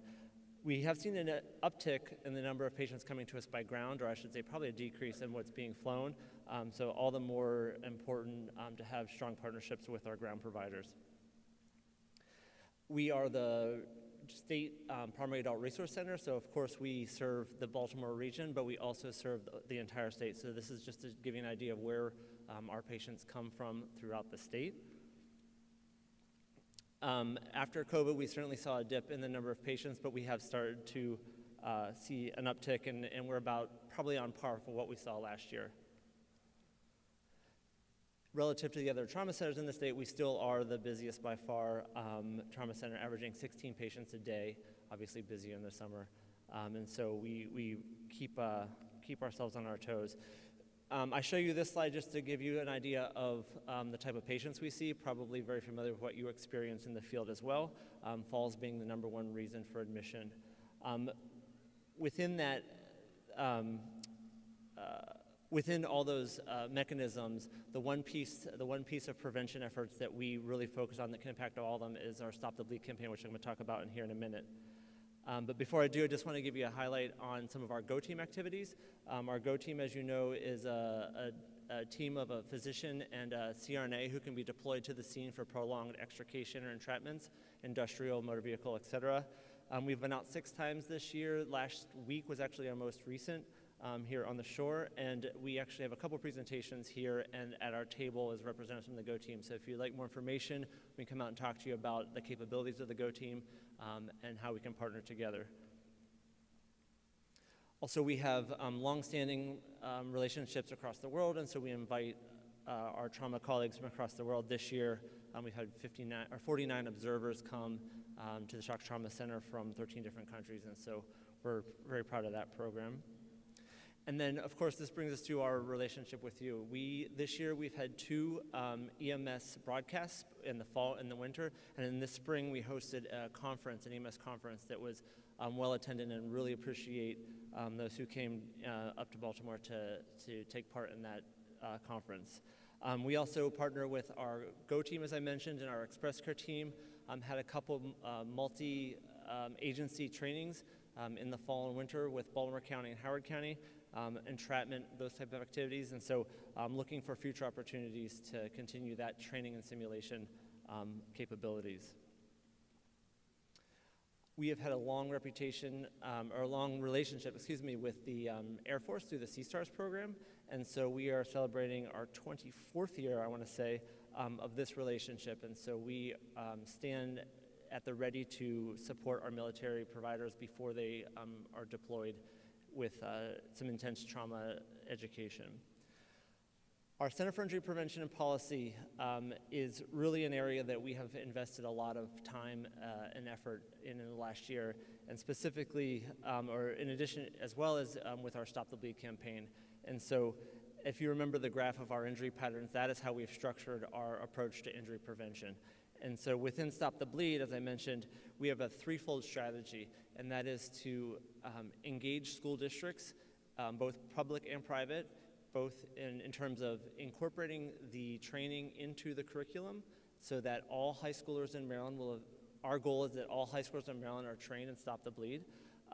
The other strategy is public trainings, offering public trainings throughout the state in partnership with you, as well as other agencies, to make training widely available. And then finally, our organizational trainings. These are trainings that people request, and we will honor those requests anywhere, anytime. And so those are the three areas that we focus on. I will mention within our organizational trainings, we are being strategic in working and trying to proactively reach out to sectors that are high risk, so forestry industry, construction, those areas where we may see higher rates of injury and bleeding. We've really made some strides within our public classes, and I want to say this is really in large part due to the relationships, the partnerships that we have with you all in your various jurisdictions. These are the counties that we are offering routine public classes. So if you do not see your county listed, please come find us at the table. We want to close that gap and partner with you to offer these trainings more widely. I will say, this is a little inside trading here, but if you partner, we are able to offer individual Stop the Bleed kits, that's what's pictured there, to anyone who attends a public training that we are affiliated with. So if you have a standing public training that you do every month in your jurisdiction, call us, invite us down. We'll come down, we'll be an extra set of hands, and we'll bring the kits. And so our goal is to not only train, but also equip Marylanders with these kits. This is just a little depiction of where we've been throughout this year across the state. We have a mighty team of 4 that are out there doing the training and partnering with the schools and yourselves, and a couple of them are here this week at the table. So I think tomorrow morning at 9 a.m. we have a Train the Trainer class, so if you already have been trained and interested in just taking that step up and working with us, we're happy to provide that training for you tomorrow. And then finally, just a huge thank you. These are the agencies that, and I hope I did not miss any, that we worked with in this past fiscal year. I hope to come next year with a much more fuller picture of all the various agencies we work with, but really we couldn't do this without you. Our goal is to make sure every Marylander is trained and Stop the Bleed, and again, our partnership with you is vital for that. So I thank you for your time, and with that, I will turn it back to the President.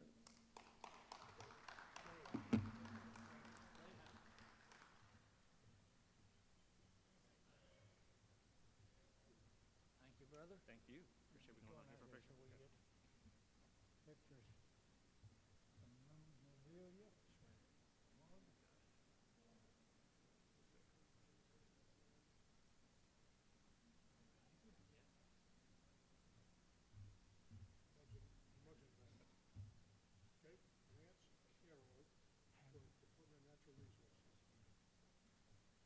Our next speaker will be Harold from Department of Natural Resources. Lance Carroll from Department of Resources. You get old, your mind goes a little.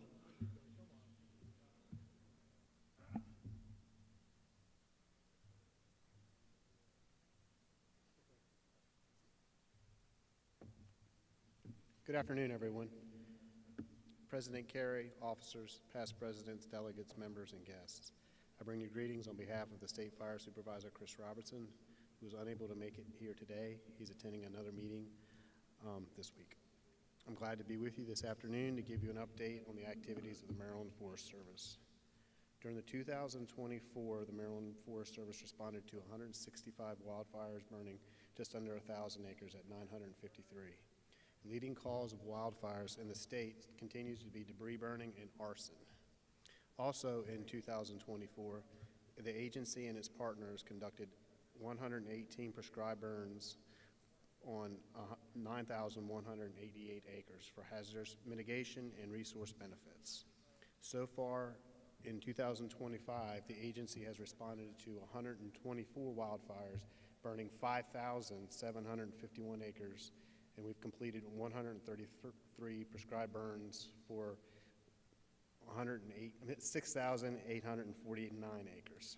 In collaboration effort between state, federal, local government agencies, NGOs, and private companies and private landowners, the Maryland Prescribed Burn Council was established in the fall of 2024. In short, the mission of the group is to promote the responsible use of prescribed fire on the landscape in Maryland. The Maryland Forest Service was very busy in 2024 supporting the mobilization of wildfire wildland fires and equipment in other states and federal agencies on wildfires.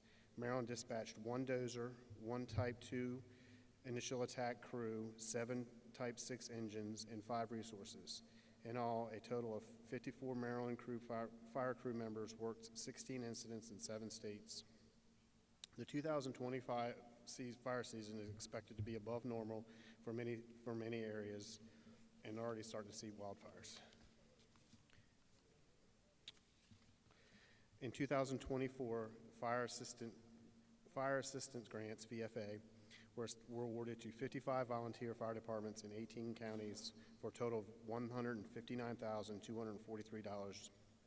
All the projects are a minimum of 50-50 match and used to enhance wildfire protection in local communities. The 2025 VFA grant application period is currently open and accepting applications this year. Approximately $140,000 in VFA grants funding will be available for awards to volunteer fire departments across Maryland. The maximum grant award this year has been raised from $3,500 to $7,000 in qualified expenses. Applications are once again being accepted through the Google form. The application deadline is September 15th. All eligible volunteer fire companies are encouraged to apply. The DoD Federal Firefighter Property Program, FFP, and the Federal Excess Property, FEPP program continues to support fire departments statewide by providing valuable equipment and supplies. In 2024, the program processed 91 transport orders and acquired roughly $928,422 worth of equipment. All property is acquired at no cost to the agency for the use by the Maryland Forest Service and fire departments. Equipment acquisitions include items such as deuce-and-a-half trucks, pickups, vans, SUVs, UTVs, dump trucks, generators, office furniture, and many other miscellaneous items.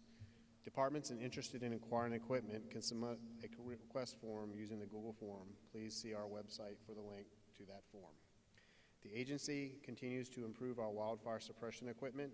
In 2025, the agency was able to use revenue from out-of-state fire response to purchase 2 F550 cab and chassis trucks to be outfitted to make a heavy Type 6 engines to be utilized in-state and out-of-state on fire incidents. We were also able to purchase 2 heavy dozer transport trucks, to have ordered 2 more. Once again, in FY25, the agency fleet budget was given a boost of roughly $700,000 for fleet upgrades. Funding for vehicles replacement in 26 is still uncertain, though. The Maryland Forest Service has been awarded $300,000 for a wildfire risk and reduction grant from the USDA Forest Service entitled Maryland State Risk and Reduction to Wildfires. This grant will continue to fund the FireWise program for the next 2 years. These grants enable the agency to develop community wildfire protection plans, CWPPs, in conjunction with fire departments and complete recommended mitigation activities to reduce wildfire risk. Currently, there are 84 CWPPs in Maryland that cover 1,180 counties. Funding through the State Fire Capacity, VFC, and the Community Wildfire Defense Grant Program has been received by the departments and will be used to supplement the funding of our existing programs to support implementation of the CWP program. Just last week, Maryland once again hosted the Mid-Atlantic Fire Training Academy in Garrett County in McHenry, Maryland. The training academy is sponsored by the Mid-Atlantic Interagency Forest Fire Compact and the U.S. Forest Service. The academy provides National Wildfire Coordinating Group, NWCG wildland fire courses to refresh and enhance qualifications for approximately 250 wildland firefighters from across the Mid-Atlantic region. The group also raised $14,500 to support the efforts for the Wildland Firefighter Foundation, whose mission is to support the families of wildland firefighters killed on the line of duty and to support injured wildland firefighters and their family. Finally, I would like to say thank you to the President, past presidents, officers, and all members of companies of the MSFA that work with the Maryland Forest Service on a regular basis. You, as volunteers, are essential to helping us with our mission of wildfire suppression and prevention. Please stop by our booth to see the ways our agency can assist your department. Respectfully, Chris Robinson, Fire Fire State.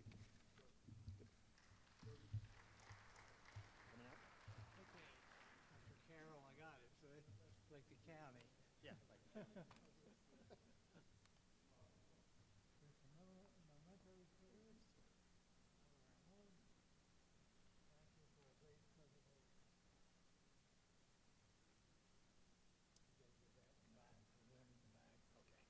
See.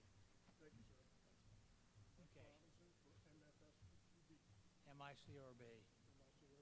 Yeah. MF, MF, oh.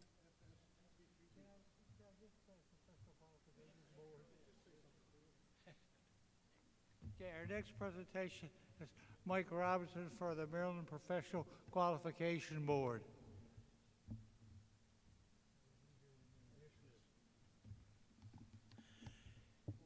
Good afternoon, and on behalf of the Maryland Fire Service Personnel Qualifications Board, it's an honor and a privilege to present our annual report.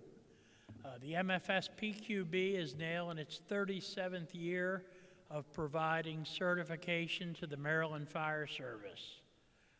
I want to thank Director Michael Cox and the Maryland Fire Rescue Institute, who hosts our board and provides office and staff members. We have been very successful this year. In the past year, we have issued 6,730 certifications, which brings our total certifications to 195,000. 37 years ago, we met at the State House in Annapolis with all the counties of Maryland, all the major fire service groups, and people said we would never accomplish what we have accomplished today. And quite frankly, the majority of fire companies in Maryland now have us written into their bylaws. The standards for officers throughout Maryland, career and volunteer, is MFS PQB professional qualifications. In Carroll County, where I'm the fire chief, we apply certification to the extent that we hire people and they do not have to spend 6 months in a fire academy. They show up with their MFS PQB certifications, firefighter levels, they show up with Maryland EMS credentials, and within 2 weeks we have them assigned to fire stations. So what I intended to do 37 years ago has come full cycle. We now have the ability within the state of Maryland for people to be certified and to not only serve their local fire companies, but to go on and become employed with that. The Department of Defense, which has many fire stations within Maryland, through the Army, through the Naval District Washington, and other federal operations, they also use professional qualifications as their standard. One of the most significant things to happen in the last year is the National Fire Protection Association has taken all of their professional qualifications and combined them. This is part of a multi-year project from the NFPA to take about 300 standards and to narrow them down and to focus them into about 150 standards. So where it affects the pro-qual world is what you've known for years as the 1001 standard, the firefighter standard. It's now combined with the NFPA 1001, 1002, 1003 for airport, 1005 for marine. It's now the 1010 standard. So all those familiar numbers that you've spent years memorizing, they're now all changing to go to new standards. As that occurs, we've had to develop new certification standards, and we're in a partnership with MSFA, and all the MSFA curriculum is transitioned or will be transitioning to meet the new NFPA standards. We invite you to visit our certification booth, which is downstairs in the lobby in concert with MSFA. Feel free to look up your certifications, and even if you've never been certified, we have the ability to take previous edition standards and allow you to get certified on the spot. So we have become the standard of credentialing within the Maryland Fire Service, and we continue to be here for years to come. We thank the jurisdictional representatives and alternates We thank the MSFA for their continued participation, and unfortunately, Dan Stevens, who served actively as our secretary, has decided to step down for health reasons this year. But MSFA has been a solid contributor and decision maker with the board since our inception, and we thank you all for your continued support. So in closing, we thank the state of Maryland's fire services for their ongoing support and making us the success that we are. And at this point, I'd like to call out President Skip Carey. I'd like to give him a copy of our annual report and also our official, what we give to our members each year is a different giveaway. This year we have an official MFS PQB embroidered hat, and I want to present that to the President as a token of our appreciation. So thank you, Mr. President. Yeah. Oh, okay, that'll work, that'll work.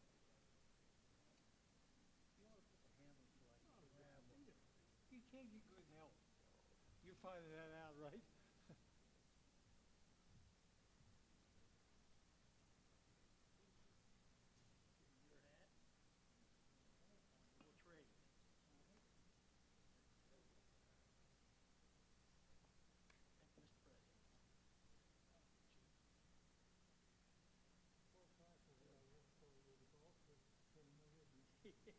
Appreciate it. Thank you. No, you got to take it. Whoa. Back. He did. He didn't get it. No. Got it? Thanks, sir. Thank you. Appreciate it. Now you all go.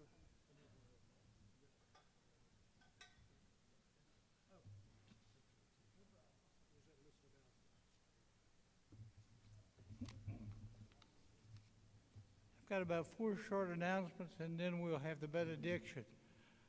First, we're getting out early. The exhibits are open till 4 o'clock, so visit them, please.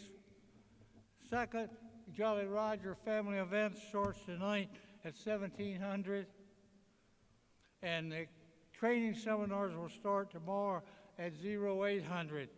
The third session will convene at 0830. Now I'll call on Chaplain Mann to give us the benediction. Thank you, Mr. President. Let us pray. O Lord, we thank you for your blessings and guidance during today's convention. God, be with us as we depart and keep us safe during the evening. And Lord, return us tomorrow safe and sound here at the Convention Center. And, oh Lord, one last prayer. Many prayers have been asked and prayer requests, oh Lord, for the weather. Please bring out the sunshine, Lord, so we can work on our beach tans and have a lot of fun this evening and tomorrow evening. And we pray these in your heavenly name. Amen.